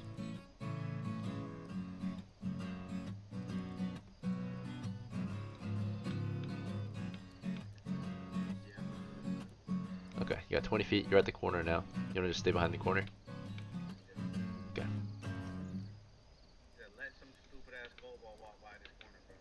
And the two bodyguards here, they should climb up into the building, right? They climb in. They're wearing furs, helmets. They have mace and shields, right? They're heavily armored. They're ready to just start slaughtering you guys in the building, right? As they climbed in, of course, you guys you guys were behind cover, right? So you were taking suppressive fire. At any point if you got up, you would be a target, right? They had their shots ready for you. But yeah, 10 shots ready or 11 shots ready against your crew if you stood up. Naturally, two guys climbed in, and you can react to them. You can fire on them, you can charge them with your melee. Same with Captain Mitchell. As the two bodyguards climb to the building, right? How do you wanna react?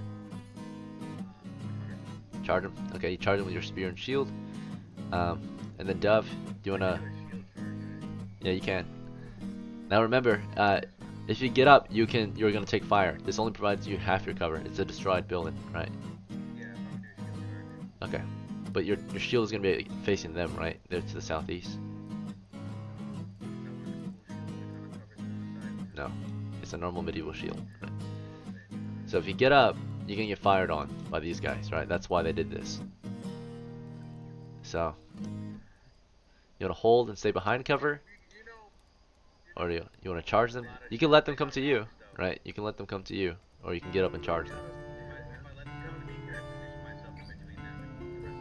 Yeah, so you can protect them while they shoot. Dove and Robin, you can take this time to fire on them, right? So you're crouched right now. You can like fire on them while you're crouched, right? Stay behind cover and shoot them as they climb in. Make sense? At any point, they did this so you guys can stand up. Mitchell almost stood up, right? You were about to stand up. You peeked, right, and you felt a stone like bounce off your helmet. Yeah. Fuck. Yeah. All right. So Dove and Robin, you open fire as they climbed in. So while they were climbing in, you start firing on them. Here comes Dove's shot. It's a flank. She hits. Her damage is a bow, right? As the bodyguard climbs in, she killed the bodyguard right through the side of his head. Dove gets a kill. Yeah, bodyguards are worth 1 XP. You want to promote? We can promote her on the spot. Let's see. Okay. Also, these guys were worth. We'll pass the XP to the guys who killed them. So, just so we don't forget to track it later. But August and Angelo, this was worth 3 XP. So one of you gets 2. Between the two of you, who wants 2 and who wants 1?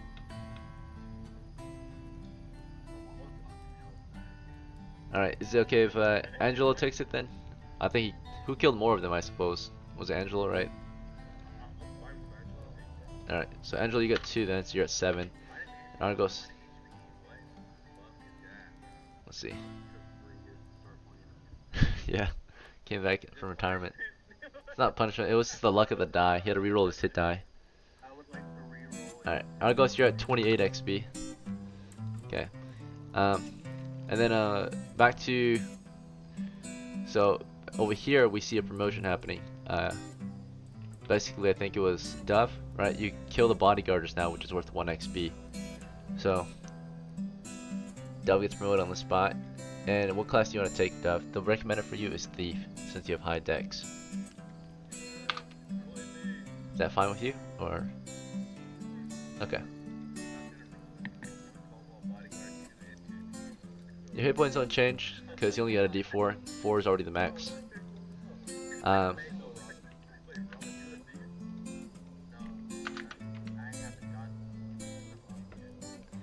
Alright, Dove, as a T1, you now have thief skills, which allow you to do thief-like abilities more efficiently or more effectively than anyone else.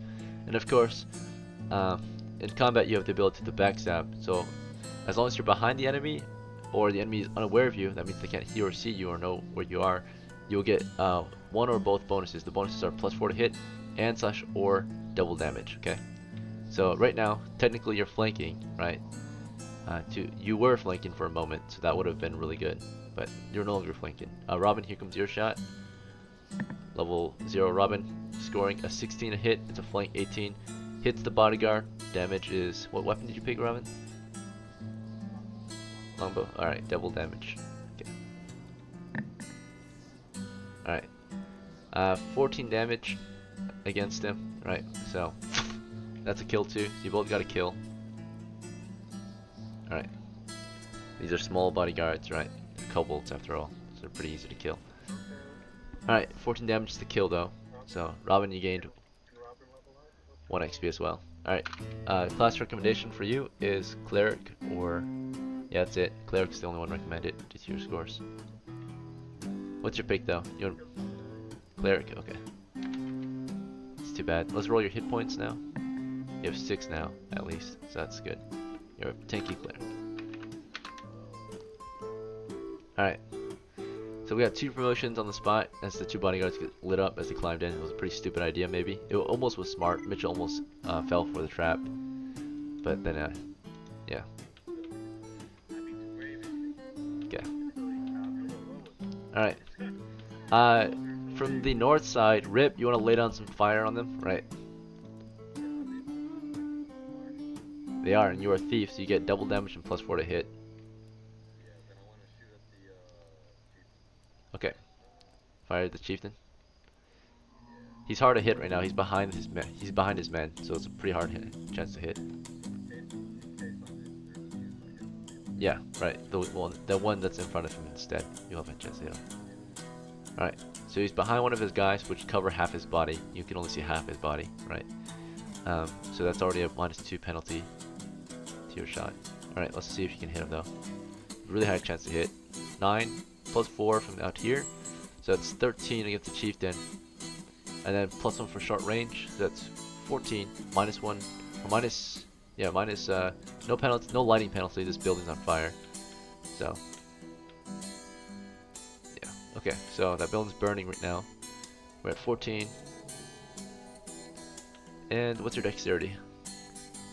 Okay, no bonus.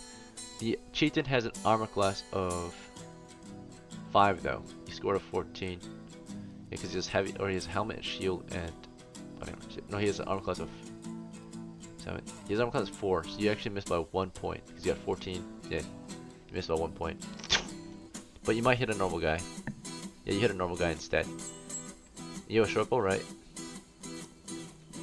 Alright, normal guy is killed, so you get 1 kill here.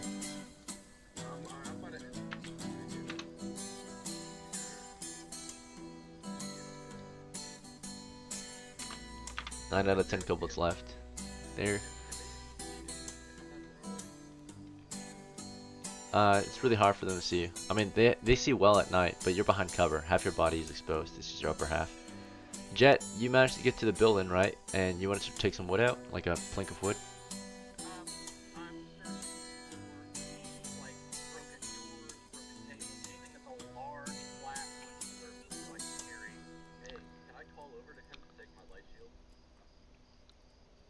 Yeah, you're like, Jet's like looking around. You're like, while you were firing at them, we'll say that you were like, Jet, what are you doing? He's like, I need some cover, right? And you're like, come get my shield, right? So Jet, you want to climb in and like go toward Rip or something else? All right, so you climbed in right now. That's all you were able to do. It takes a round to climb in. Airside, do you want to hold the position, or do you want to do something else?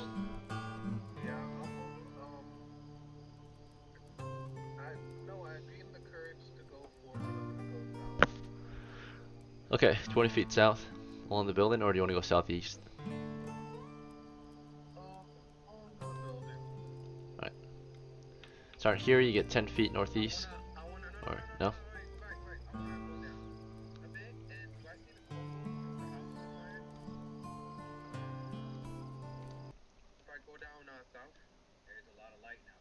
You don't see anything to the south, you see a building to the south. You see a burning building to the southeast.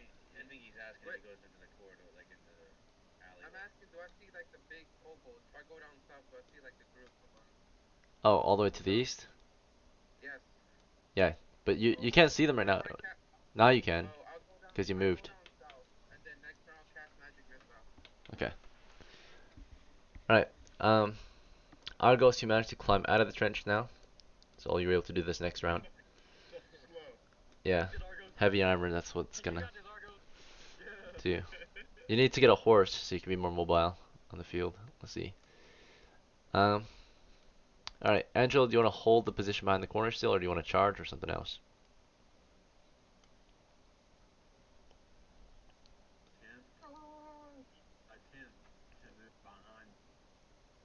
Attempt to move what? They would the only way to sneak on them, because they're facing northeast, so they would see you. You'd have to like come in from the west or the south then on this troop. Yeah, you gotta possess bomb. I would honestly, I would just climb this building with us, buddy. Like, There's no roof on this building. Remember, this is a destroyed building. I mean, climb into the building. Like, Oh, this one that you're in? yeah, I would recommend that because. Alright, you can see Captain just like, Angelo, get inside! Right? So, Angelo, you want to get in, or do you want to do something else? Yeah, I'll just go in. Alright, you climb into the building. Carefully climb in as it's taking fire. Right. There's still suppressive fire on the building. As soon as their attention's done, bro, I'm hopping out this bitch. And I'm jumping in that 10 cobalt console, bro. So, the enemy continues to suppress the building. Right. Half the troop is firing at the building, and half the troop. Okay. Half the troop is firing in the building, by the way, and the other half, the other 5, start to fire toward the north. They're lighting the position north up at this point. And one of their crewmates have 1 of 3 hit points. She's wounded. Okay. The chieftain is at 3 of 6. Okay. So one of the normal guys is wounded. One of the normal guys are dead. But half of the group here fires north. Half of the group here suppresses this position. So they have 5 shots in case anyone decides to make themselves a target.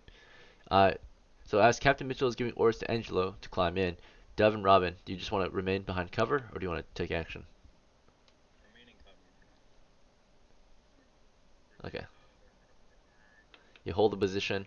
If you peek, you don't have enough armor, just about. Uh, Did we level Dove and Robin up or no? we already did. Yeah, they got promoted. Chieftain fires 5 rounds, or yeah, Chieftain and 4 kobolds fire 5 rounds on Rip's position, right? Rip, did you want to take cover, or did you want to fire? If you take cover, you won't be a hit, but if you fire this round, there's a chance to get hit. You're being attacked. Yeah, I want to take cover. Alright, you took cover. 5 rounds suppress your position, so if at any point you make yourself a target, 5 rounds will attack you, right? Okay. And I want to ask you a question. Yeah. So when somebody levels up, do they re-roll HP, or am I? It's based on Constitution. It's a roll. So you get, yeah, you reroll your hit die if you have a new hit die, right?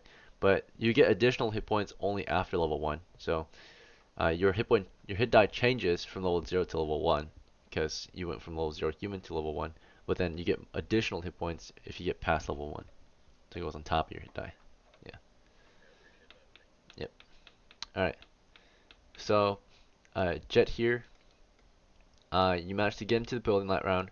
You ran over to Rip, who took cover. So your crouch movement, so you don't take fire. So you move only half speed then, so 10 feet. So you haven't closed the distance with Rip because you're carefully moving through the building. Ursa, you moved to the southeast or something else? Get aggressive. Yeah, the combat's dragon, right? Wait, is he the Oh, maybe. Yeah. Alright, Ursa holds position. Sorry, I didn't know I was muted. Oh, sorry. I'm gonna move south 10 feet, and then I'm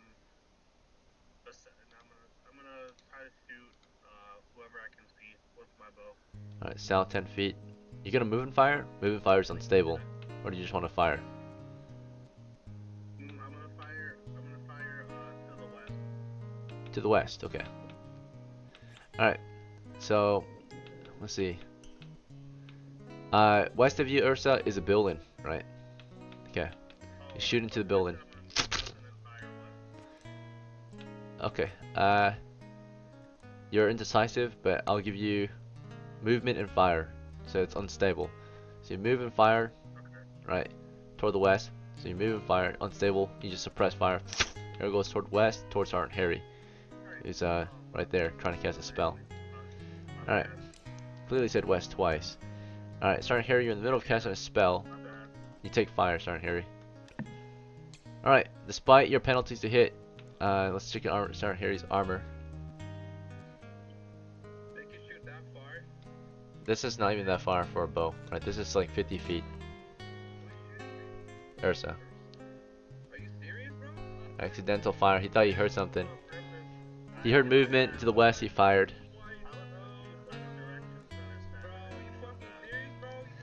Alright. So, Sergeant Harry, your armor class is not enough to protect you against 19. With the -4 for a movement shot, but it's still not enough armor. You got mail, you got heavy Yamson, you got helmet. Wait, did we just have? Did we say wolf? Took fire. Yeah. I didn't have a clue. You mean Middle of casting.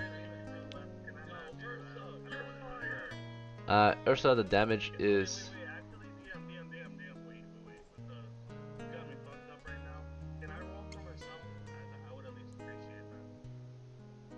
You have to say it before the roll, but what did you shoot with? Good job, bro. Good job, bro. Bro, what's happening, man? Okay, the trouble that you took from Harry, right? Well, I asked you multiple times of what you were gonna do, and you said it twice. You said fire west twice. Minus south. Alright. We make mistakes in combat all the time. It's a mishap.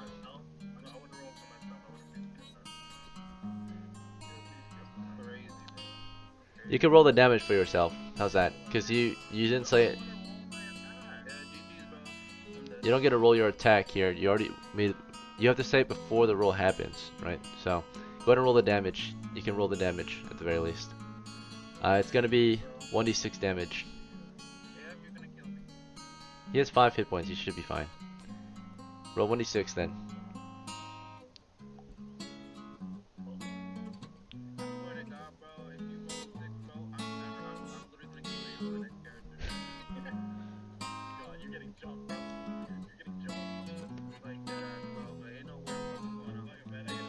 Alright, if you can't roll it, I'm gonna roll it. You've got.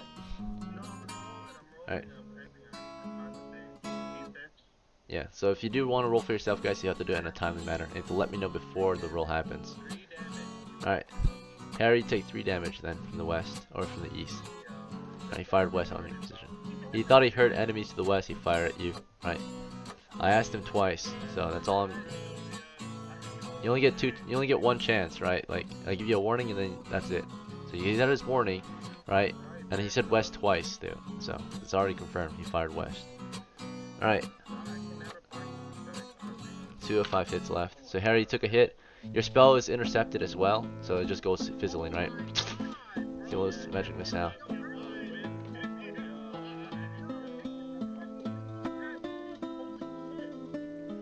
Alright. So intercept your spell. The magic missile fizzes out. And then of course breaks down, right? He breaks down after realizing he did friendly fire. The enemy here are moving west. The enemy here are suppressing still. Argos made it across the field for another 10 feet. Slow as fuck, right? Oh, sure. Yeah, there you go. Alright, so southwest 10 feet. Alright. Freaking mishaps. Alright, he was confused. He thought he heard enemies to the west. He fired. It was a friendly. Alright, friendly fire. Rip, you took cover. Jet got to you. Got your shield. I'm trading the items now. So, Rip, you're losing your shield to Jet now. Let's see.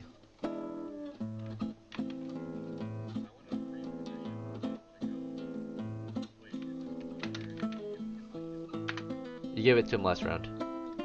When you were in cover. So, what do you want to do this next round?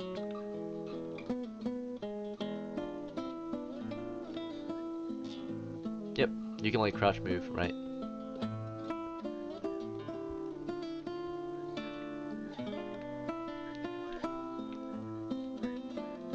Yeah, they're suppressing, so like firing over the general area. Like they're waiting for you to peek and then they'll fire, right? That's suppressive.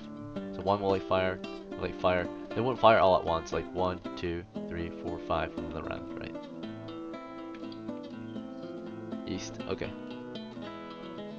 Alright, so 20 feet, or if you're crouch movement, you can only move half speed, so 10 feet east. Jet, you want to follow Rip or something else? Alright, crouch movement across the building. Alright, you guys are taking fire. Your building's just being full of holes. This crew here, Angela, do you want to regroup with them or do you want to stay in this corner here, or what's your move? You got inside the building at least.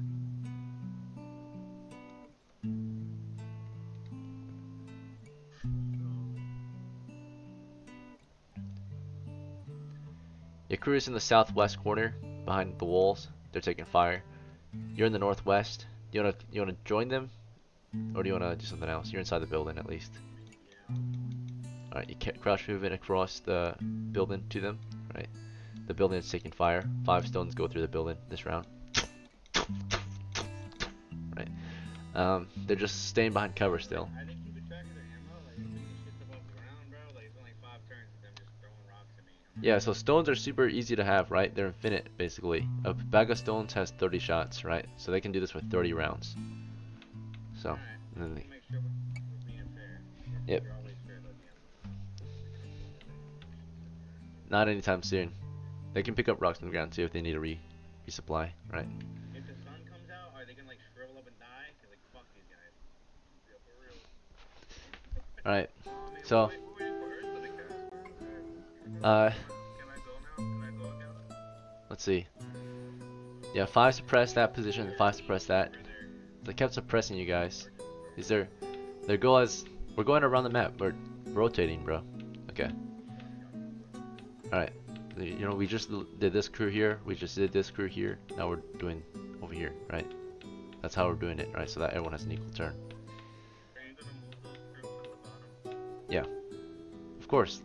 Guys, I literally have been going clockwise, if you haven't noticed, right? So, just pay attention and you'll know, right? When it's your turn. Alright. Yeah, I think you're doing it. Look. The more we keep on questioning things, the slower this moves. Alright. So. This enemy troop here have finished burning this or setting it on fire. They're moving 20 feet west. Alright, we're back to Ursa. Is Ursa back? Alright, what's your move? I'm gonna see if I see that group that's over there, the large cobalt group. I'm gonna try to cast sleep on them. Okay. Ask your captain to sleep on them. I have to drop Some civilians are here, by the way. They are exiting the building.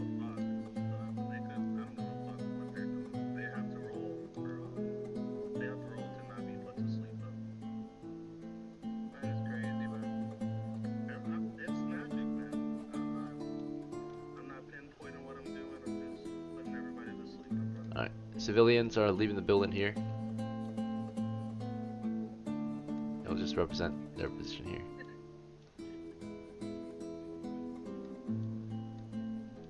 So there's like 2 civilians leaving the building, right? Because it's burning.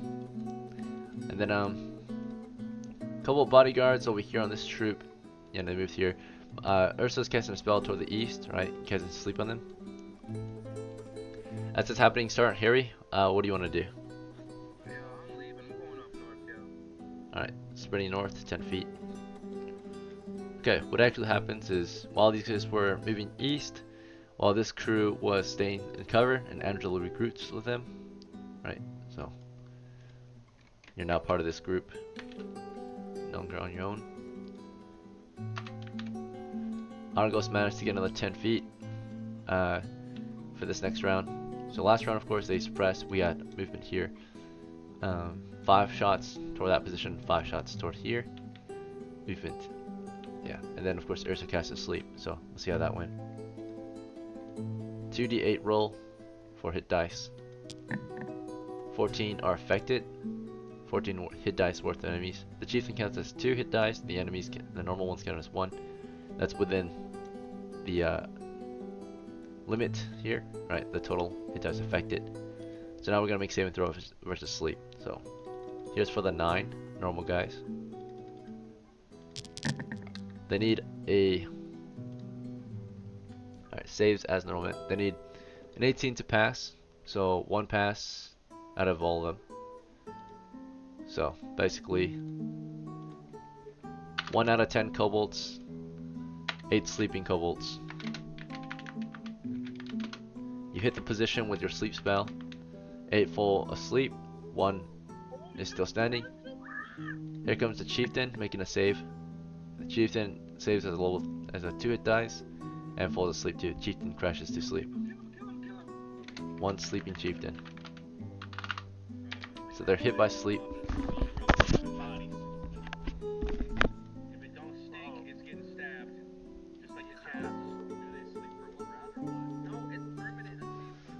Wake up. Not permanent, but Not permanent, it's like a long sleep. alright, so that's what happened that round. Okay. Back to this crew up here, Rip, did you guys want to keep carefully moving across the building or something else? Alright, start firing down on them. They're all on the ground, so they're harder to hit. You want to just close the distance? There's one still standing. One is still standing out of all the crew. You want to shoot that guy? Alright, Jet, do you want to climb out and charge them since they're asleep now? Alright, you're the enemy, you get hit by a magical force. Right. Yep, you can split them apart, cleave them. Alright, the troop in the building. You guys want to climb out and start finishing them off? Yeah, we all want to climb out and fuck them up. Actually, Robin and Dove can probably shoot from here. Robin, do you have a melee weapon or not? Alright. If you only have bows, stay inside the building and shoot. In their throats? Yeah. Yep, you could. You could. Alright. So, you guys be in the charge. Robin, you want to just fire or do you want to move in and stab them in the throat?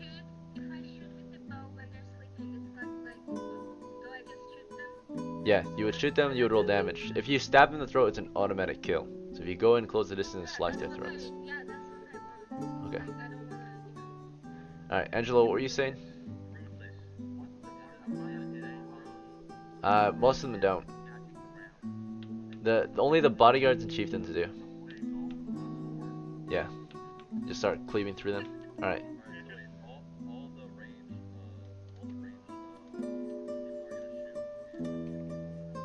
Rip, you're not there. You're not controlling that troop. You're talking about. Remember, you're only in charge of yourself. You're not in charge of a troop, so you can't say we. Only.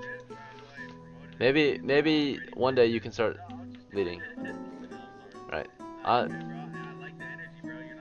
In the future, yeah, you will be leading troops. It's good initiative to have, but you have no troops to lead at the moment. So they're in charge of themselves at the moment, or with Captain Mitchell's order, which was to charge the position, take them out. So Robin, you see Dove going in with her arrow, ready to just like stab throats. You want to do that too? That will confirm a kill. Shooting them is also good, but also could break your arrows, and also takes longer than just stabbing them in the throat. So do you want to charge them with an arrow and just start or do you want to fire?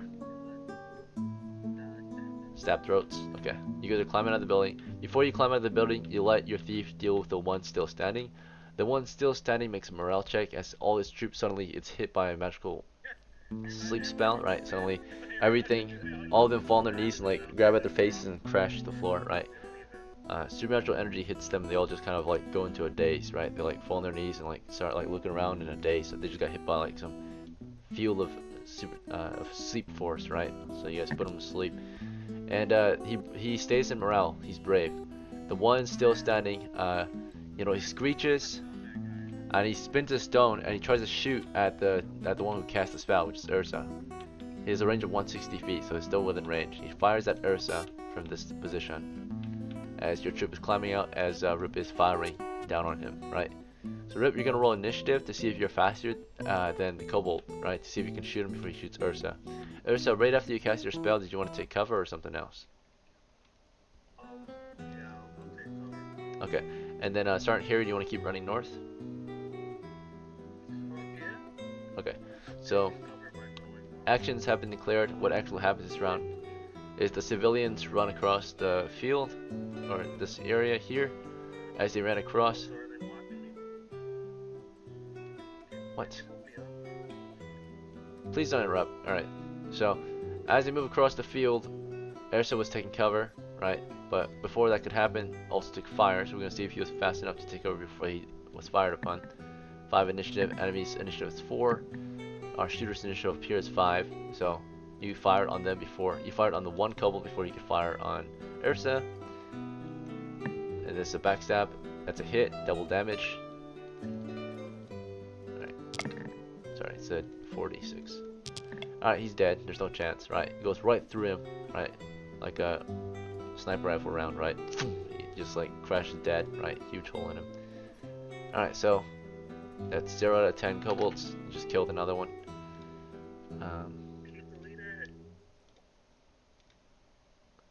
So 8 sleeping kobolds. 2 dead kobolds. 1 sleeping chieftain. Ursa ran into cover. These villagers ran north toward him. Sergeant Harry ran toward the south, was it? Right? Oh, north. Okay. While that happened, these kobolds here crossed to this building here and began trying to burn it, right?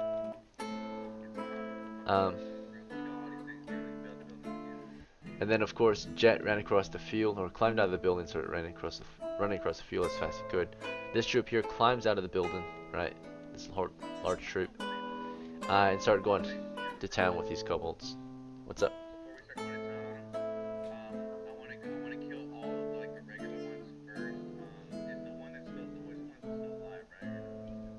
No, we just killed him. Rip just shot him dead. 8 sleeping. Yeah, the one that was still awake just got sniped by Rip.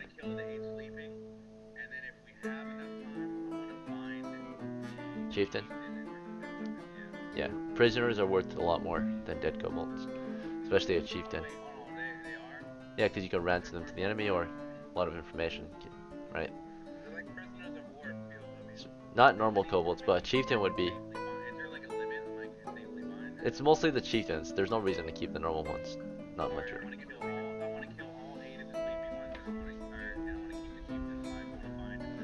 Alright, if you don't kill him, you don't get XP for him, by the way, though. So, but you'll get more money for him. Alright, so what happens is your crew gets in there, and Mitchell, you are a fighter, so you can kill 2 out of the 8 sleeping ones. Dove can kill 1 per round. Robin can kill 1. Angelo has a 2-handed sword, he can kill 4. Split 2 in half if they're lined up properly. So yeah, that's all of them. So you guys finish them all in 10 seconds. Angelo goes in, just starts sweeping the floor with his 2-hander. Robin gets in there with an arrow. Same with Dove. Mitchell, right? You're running your spear through 2 of them with your 2 attacks, since you're a level 1 fighter too. All right. Yeah. This guy fucking sweeping the floor with them, mopping the floor with their heads. All right. The battle is coming to an end. Oh, no worries. These kobolds here, they finish setting ablaze to this home, but they start fleeing right after that one. So they set this home on fire, and right after that they start fleeing the village, right? Realizing that the battle is lost, right? They came in and set ablaze to 3 buildings and start fleeing. These last 3 or last 5. The enemy troop have been dealt with. Victory is yours. Combat's over. So.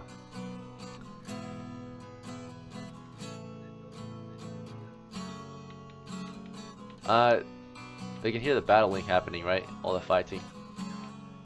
I mean, you guys don't have telepathy either, but you guys keep on acting information that you shouldn't know, right? So. In conclusion, right? Their troop set ablaze to the fire. Right? And hearing all the fighting happening, right? Just these 5. For whatever reason, they didn't continue the fight, right? They headed out after that. Whether it be because their mission was just to burn houses, or because they got scared from the sounds of all their men getting slaughtered, right? In the distance, they left. These last 5.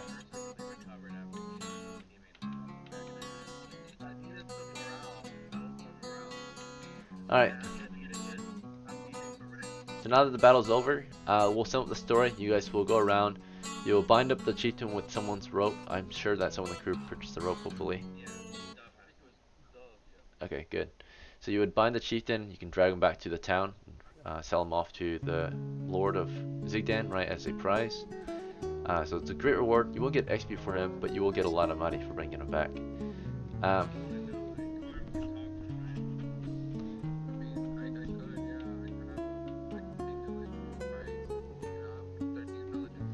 Alright, let me sum up what happens. You can choose what you want to do after. But just to make this easy, and you can add stuff to it after I describe the basics, right?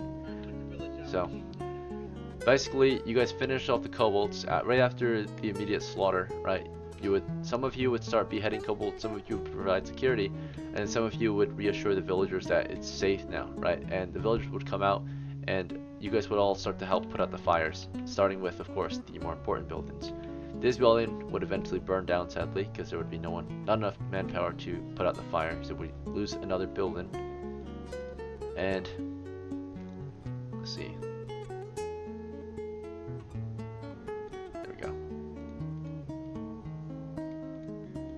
Alright. Okay.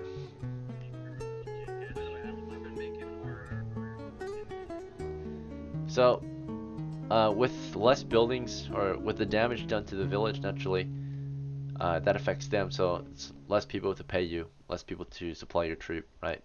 The more it's damaged. Fortunately, we only lost one building. So, anyway, these two buildings were saved. They're just damaged.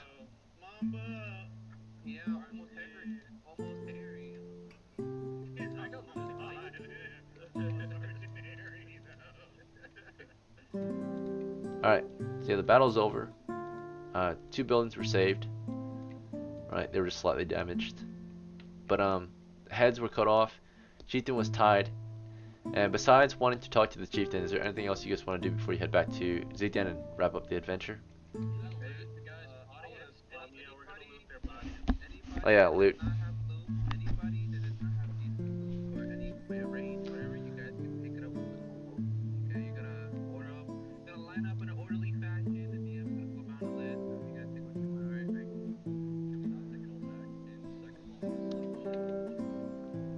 Alright, one thing at a time. So starting with the discussion with the chieftain, he gets slapped in the face, and then what do you guys want to talk to him about? Well, the only one who could talk to him is a dwarf. Do you have a dwarf in your crew? Okay, so you want to know kobold? Okay, language is kobold. Alright, what do you want to say to him?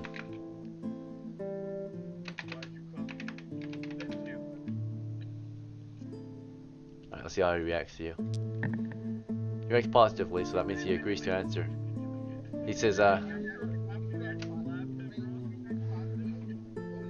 means he agrees to answer you.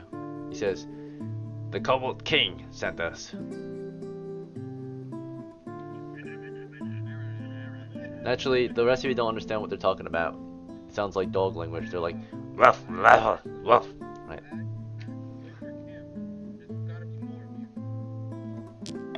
He reacts negatively and shakes his head and says, you won't find it.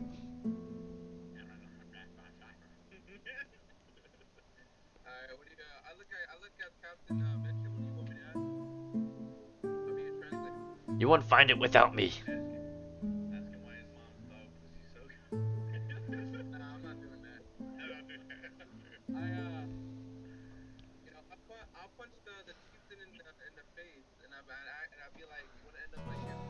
He's in a daze now, he can't answer you anymore. He's concussed. Alright, anything else you wish to discuss? Otherwise we're gonna move on.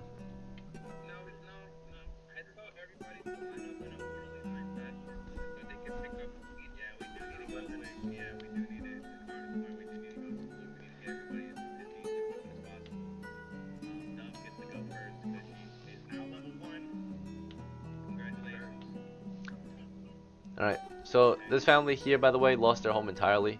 Right, this was one of the homes. They weren't living in there, but apparently there was a grandmother and a daughter and a son living there. They were living in a different home. They're not dead. They weren't. That's their home. They were rebuilding it, but because you guys couldn't save it, right, it's been permanently destroyed.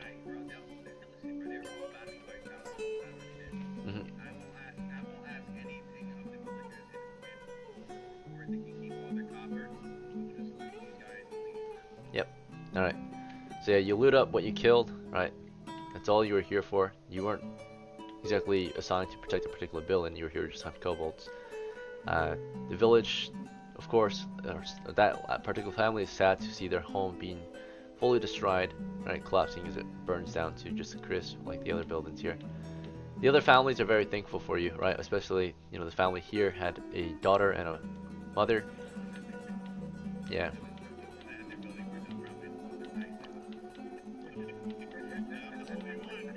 Yeah, they're like, why us? Alright.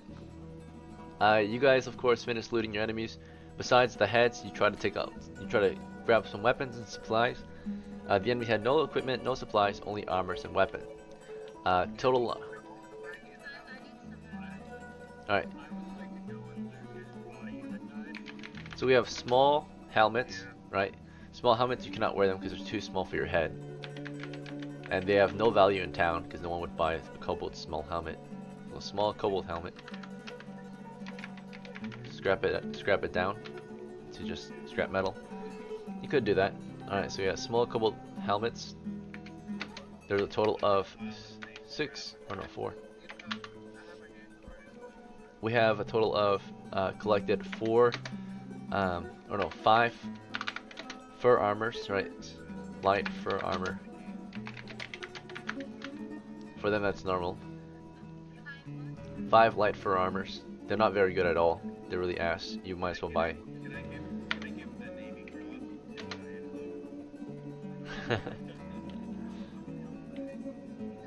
You need to level up. Alright. And then we got 5. Oh no, we got a bunch of light shields, by the way. It was a total of, based on how many you killed. Let's see, that's, and how many you looted, so 10, 11, plus the other 5. 16 light shields. Alright, weapons wise, 16 slings, 16 pouches for stones, and then roughly we got 8, no, let's see, 4 bodyguards, 1 chieftain, 5. Okay, 10 normal dead body, or 10 here, and 3 up there, so 13. 13 clubs slash daggers, clubs or daggers. Okay, and then we got a total of the bodyguards all had maces or swords. No, short swords, maces, or axes. So, and along with the chieftain as well. So 5 maces or short swords, or hand axes. Well, that's really good. That's really good, Mitchell. Alright. Alright, and that's it for weapons and armor. That's all they had. So, well, that's, you actually have an actual old school module. That's really good, brother. That's good stuff, man. I bet my shit smells terrible too. It's old as fuck.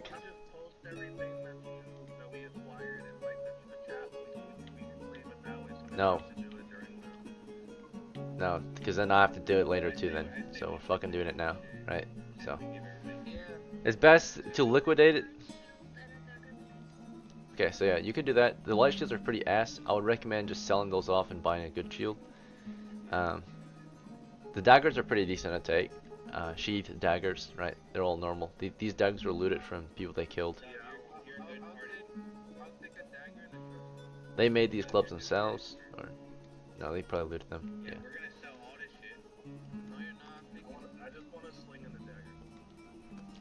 All right, let's take turns. Starting with Dove, you just want a dagger, right? Let's see. So, sheath, dagger. Okay, so that's 13 left or 12 left now. All right, Jet, what do you want to take?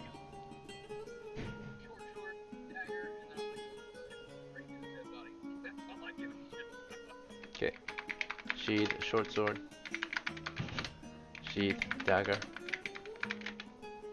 All right. Okay, next is Harry's turn. What do you want to take, brother? Give me a dagger. Okay. Anything else? Yeah, no, that's it, man. I got a pretty, by the way, good job, everybody. Thank you.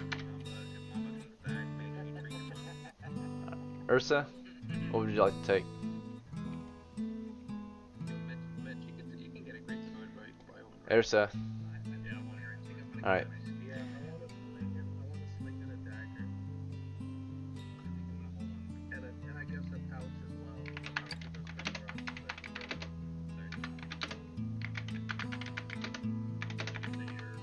Rock solid after 30. So hard as love, bro. Rock on, dude. Here, I want to see your sack. Oh, okay.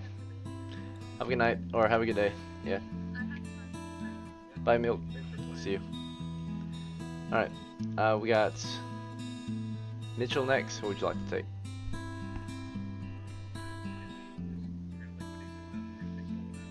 Yep. Rip, do you want to take anything? Yep.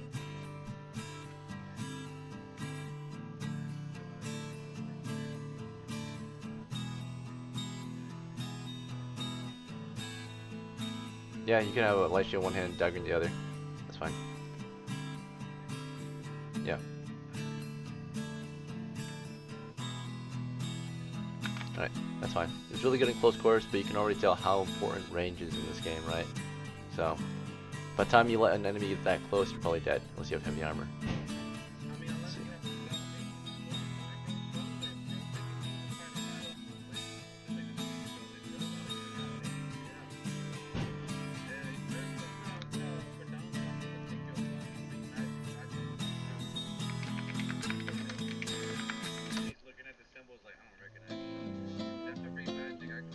Alright.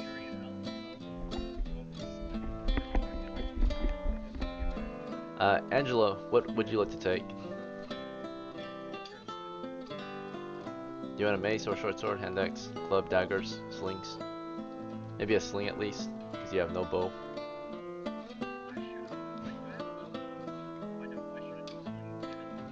Do you want anything, Angelo?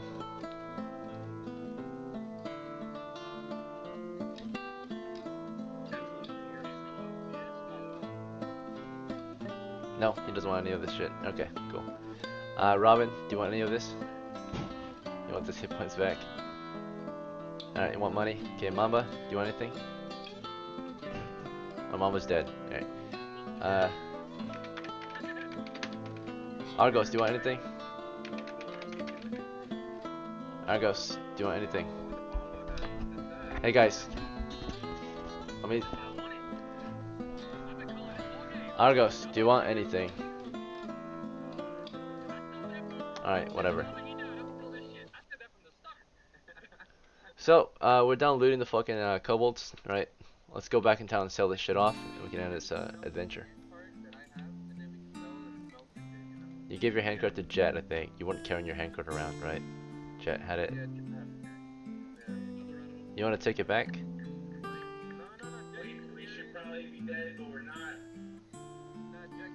Alright, maybe Jet doesn't have it. Let's see.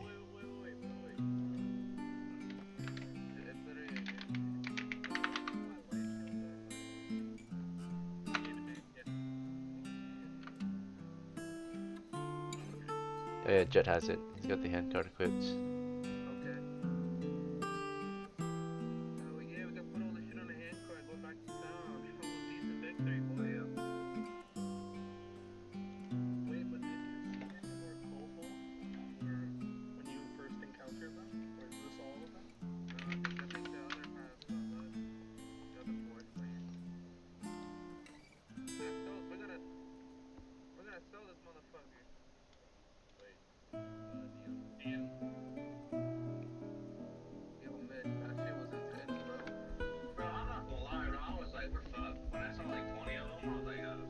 Alright, so your troop is headed back to the village, sell off the gear, right?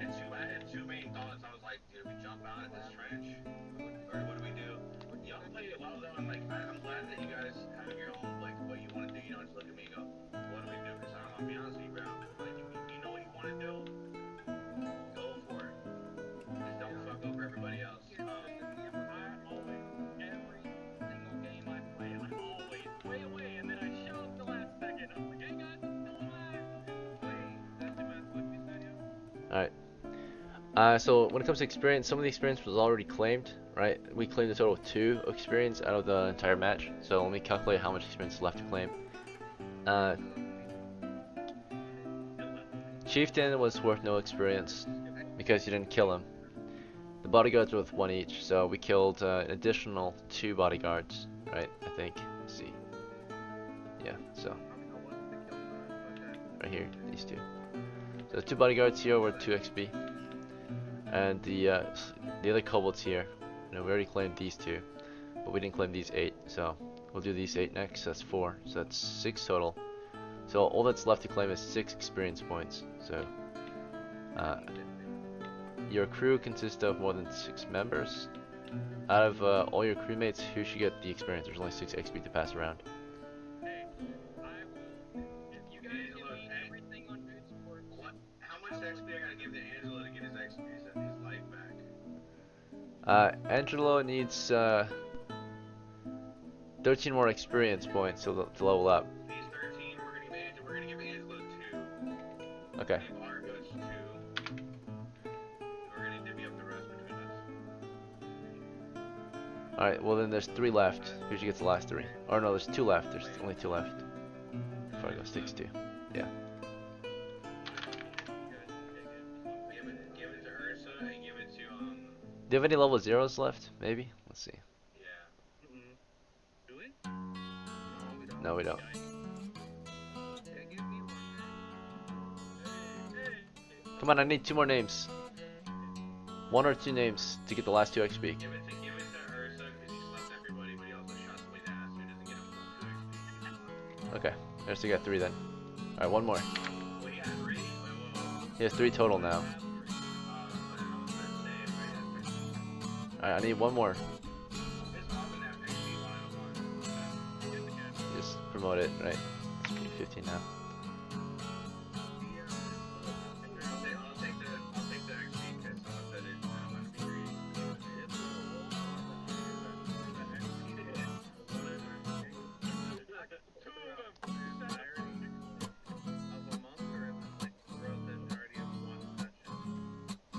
So if you have a special role that gives you extra XP, as long as you have the roll stale, you get the extra XP, right?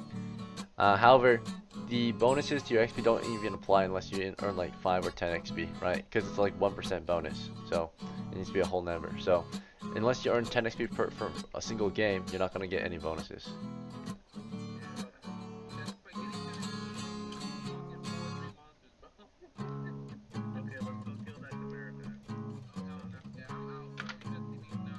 Alright. Finally, it's time to divvy up the money, okay? So the money is more important here in this situation.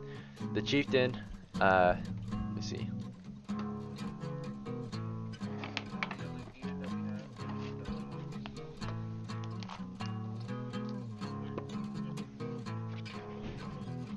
Alright. Chieftain was worth 200, so or 200 coppers, I think. Yeah, when you sold them. Let's see. Yeah, Chieftain was 200 coppers. Let's see, when you sold them as a prisoner. So let me calculate all the money. And the bodyguards, the 4 bodyguards each that you killed, had a bounty of 15. So we killed 4, so that's 60 total. We're at 260 now. The normal one's at 5, so it's 3 plus 11, so that's 14. So 14 times 5 is 70, so we're at 330 now. And then for the equipment, all the weapons and armor you sold. The small helmets were worth 1 copper each, the furs were worth 1 copper each, the light shields were worth 1 copper each. So we got 4, 9, 25. The slings worth nothing, the pouches are worth nothing, or they're half price. So you'll get 15 for the sling slash pouches. So we went from 25 to 40. For the clubs and daggers, 4 of them were clubs, 4 of them were daggers. Let's see. Overall though, they're worth only half as much, so that'd be 8 times 3 divided by 2, so 4 times 3 is 12. So we were at 40, so 52 now. And then the maces and short swords and all that, worth roughly, so we're at 42-ish. Okay, maces, short swords and such, on average it's about 3 each, so you'll get 12 for that, so we're at 64 on top of that, so we're at 394 total after selling off all the loot. Okay, loot's been sold, total money 394. Members in your crew, let's count out the members. We got 1, Not counting Mamba because he died. So 1, 2, 3, 4, 5, 6, 7, 8, 9. We can do equal splits. Is that fine? Divide it 9 ways.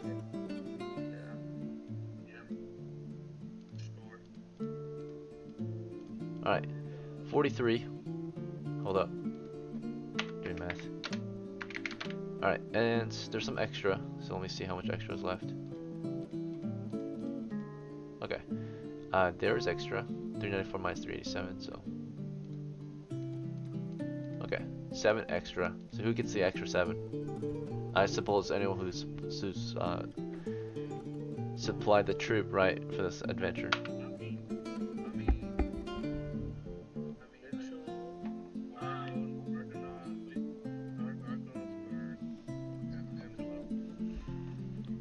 There's 7 extra, it's not a lot of money. Should we just roll randomly, see who gets it? Okay, rolling. 4. Alright, player number 4, it's gonna be Harry. Alright, Harry get 50, the rest of the crew gets 43 each. Okay, we'll do some upgrades for a moment. I know some of you want to upgrade your characters, so we'll do that in a second. We'll see. So Dove, we're not gonna purchase gear, but we're gonna do upgrades like training, or... I know, some of you wanted some training, so...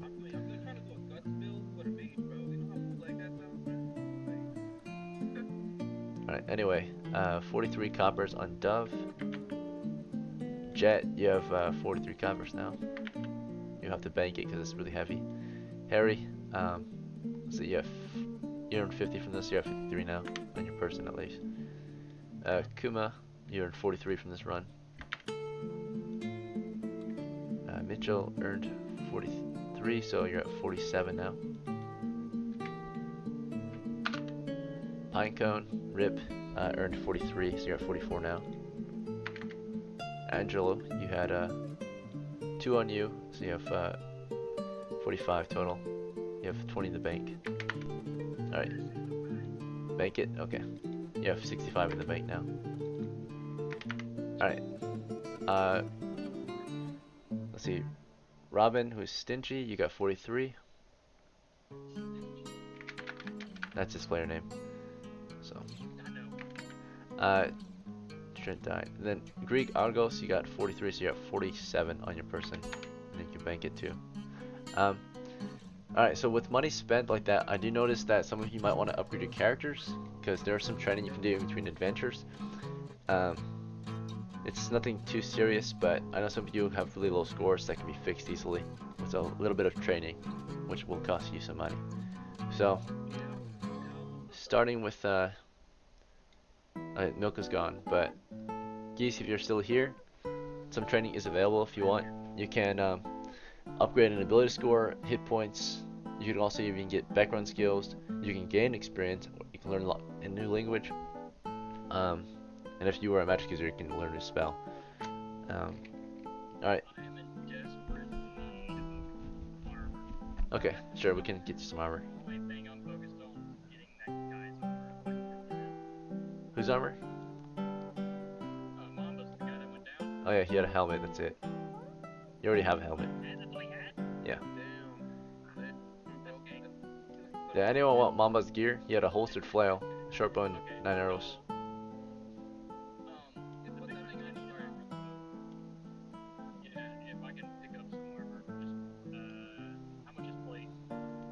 £100. Yeah. Alright, we upgraded your helmet to a heavy helm. We got you a heavy gambeson as well. Total price 15. Okay.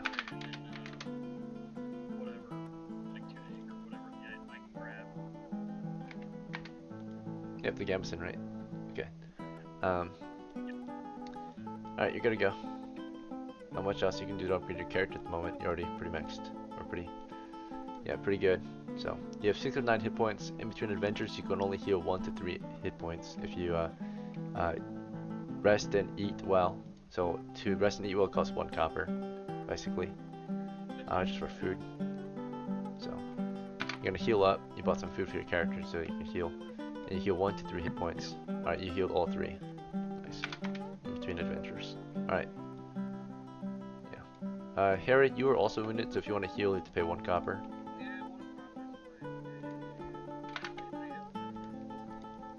Alright, you got 3. Or, yep, 5 out of 5. And then if you want to upgrade your character, you do have some money. You can also do some training. What do you want to do? Training, or do you want to buy gear? I'll buy gear next session. Training, this is some strength. Okay, it will cost 70 coppers if you want to upgrade your strength. That's fine, so take some out of the bank. Alright, we'll do the 52 on your person, the rest from the bank. That's 20, or you need a difference of 18? Yeah, 18 from the bank, so that's 20 then from the bank, so 229, or 429 left in the bank, 0 on your person, and we're gonna train up your, what score? Your strength, right? Strength, yeah. You want 2 rolls for 1 point, or 1 point, or just 3d6? Do the 36.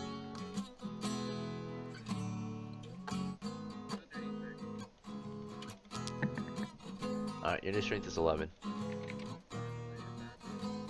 Okay. Kuma, it's your turn. You have some money. Do you want to upgrade your character? Yes, so reroll. Okay. Also, do you want to heal up real quick? It's 1 copper. Okay. You healed 1 hit point between adventures, so you only have 3. You can heal once per game, so because every game is 1 day. Unless someone heals you with a spell or something.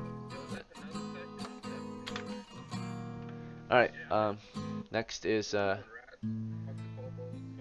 do you want to upgrade? Alright, what do you want to upgrade? Dexterity? Okay, 70 pounds, is that fine? Oh, you don't have enough. It costs 70 pounds to upgrade your dex. It's 1 silver times previous ability score. It's times 7. That's 70 pounds of copper. Okay. Alright, you're good to go? Right. Nothing else to upgrade. Do you want to buy armor?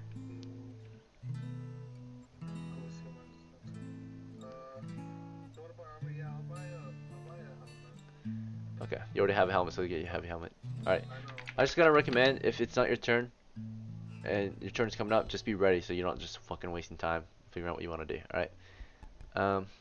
Alright, 5 pounds for an upgrade to your helm. So you have 37 pounds left. Okay. Anything else? Cool. Alright. Mitch, for Mitchell, you have 47 pounds. Do you want to upgrade anything?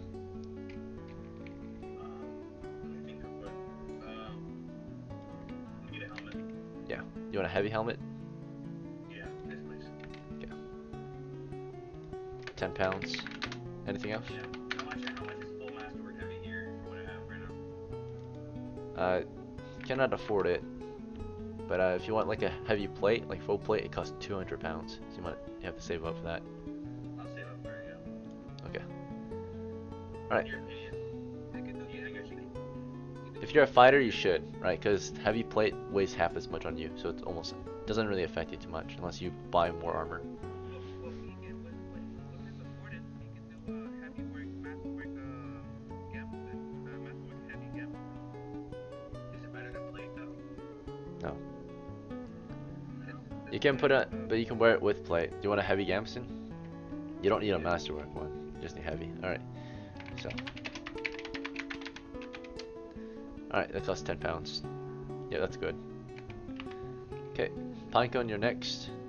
Rip's turn. Do you want to upgrade anything on your character?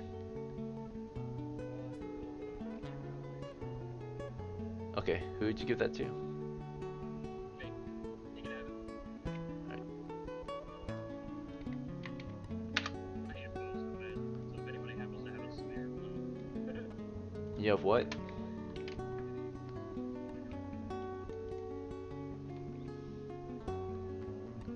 Helmet and shield and gambeson. You want to upgrade your gambeson to heavy gambeson? Okay, just costs an extra 5. Alright, anything else? I would recommend you upgrade your bow. You can get a longbow instead. We'll sell your old one and we'll buy you a longbow. It costs 3 or 4, but if you sell your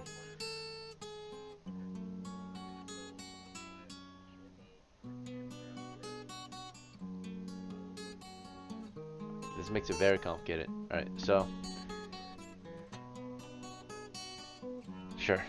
Basically You would sell your shortbow for him for 1 copper, right? So now I have to remove the shortbow, give it to, was it Jet? Yep. Okay. Watch and learn how much more complicated this makes it versus just, you know, it's okay. But yeah, so you sold it to him, now we put it on him. So he has a shortbow now, but no quiver or arrows, right? And then we go back to your sheet, give you 1 copper, putting you at 40, and then we buy you a longbow, which is 4 coppers, right? It's only 3 because I was gonna give it for 3 because I was gonna trade the shortbow for it, right? Which would reduce it by one copper. So, all right, that's it. So you already have quiver and arrows and such. So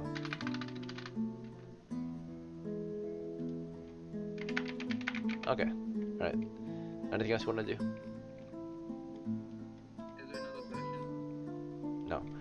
Is anything? I'm upgrading the character now. We're not talking on the session until we're done playing, right? If I can, give me a quiver and arrows over here.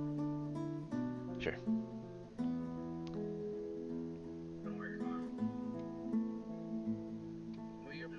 wait, you buying quiver and arrows, bro? Yep. Bro, you can literally just take it from like, you don't have to buy it. I have 2 short bows and 2 quivers, bro. Why are you guys trying to make this even more complicated? You want to make me fucking remove a... Alright, just buy it here. It's freaking 2 coppers, right? You're at 25. Anything, Jeff. I'll be right back. That's why you guys hate me. Alright. Look, I've had no handout this whole time, so I'm gonna continue no handout the whole way. Alright. Steven, Angelo, I know you have an issue with your hit points, so I'll let you know that it's actually really easy to upgrade your hit points when your hit points are so low. To upgrade hit points, you can actually do that for the price of 1 silver times your previous hit points, and that's only 1. So it only costs you 10 coppers to upgrade your hit points. Okay. Alright, so it costs 11 then, since you have your money in the bank. It's 1 extra. So you went down to 54. Okay, so for your hit point upgrade, you can either reroll your hit die, which is 1d8, or you can take the middle number, which is 4, or you can let's see, yeah, that's your only options. Just roll a d8. Yeah, those are your only 2 options right now. Either +1 to your hit points, take 4, which is the middle, but I wouldn't I would not recommend taking +1 because that's like pointless, right? Because you only have 1, so yeah, d8, full gamble. Oh wow, all right, so you got a 1, so you're at 1 still. All right, very unlucky. You trained really hard out in between adventures. Never patched it, yeah. You got a 1 again. So you thought you trained really hard, but you realized you're just still the same. You're still very fragile. Alright. If you want, you can train again. Just cost another 10 coppers for you. Okay. That's or 11. So you're at 43. Alright. Trained even harder. Hopefully it works this time. You got 3 now. Okay. Alright. Better than 1. Okay. It's horrible. Alright. He had to work really hard for that. People sometimes just start with max hit points. He fucking had to pay 22 coppers to get 3 hit points. And people will be starting with 3 hit points and not doing any work for it. He worked so fucking hard just to get 3. Yeah, that's tough. Probably should have taken the 4. Right. Alright, Stingy, it's your turn. You want to upgrade your character?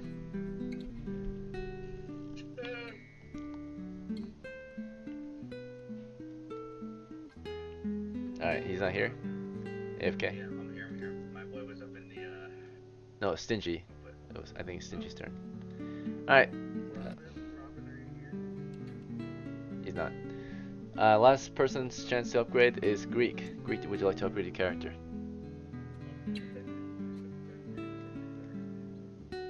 With your money? Or you want to purchase XP? Yeah, it's 100 coppers to gain 1 experience. That is the new.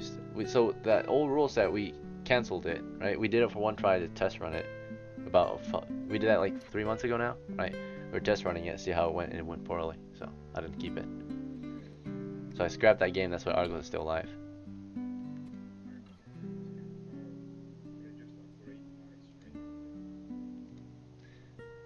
Yeah. Also, your strength had a temporary penalty of 3. It looks like right here. I'm not sure what that means. Yeah. Yeah. So that would actually be recovered. It went back. It went to 3, right? So you're at 13 again. So because you got drained to 3, but you're at 13. Yeah. All right. You want to upgrade your strength? It costs 130 coppers to upgrade your strength. Yep. It's your previous score times 10 for coppers, or 1 silver.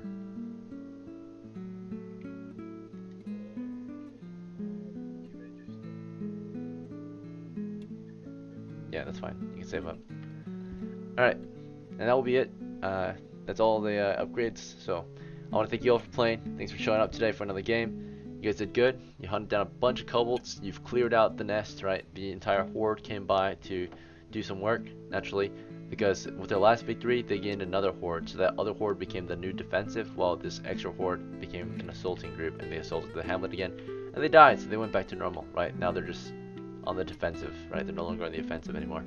And now, because we won today, next game we might be on the offensive, right? Because last game we failed to assault the hill, so it was the enemy's turn to attack, and they lost, right? So now we might attack next time, right? So we were in the home turf this time, we won the battle. Now we might send our troops, since they're upgraded, into their territory, take the hill, right? All right, I'll see you guys next game. Hey, what's up?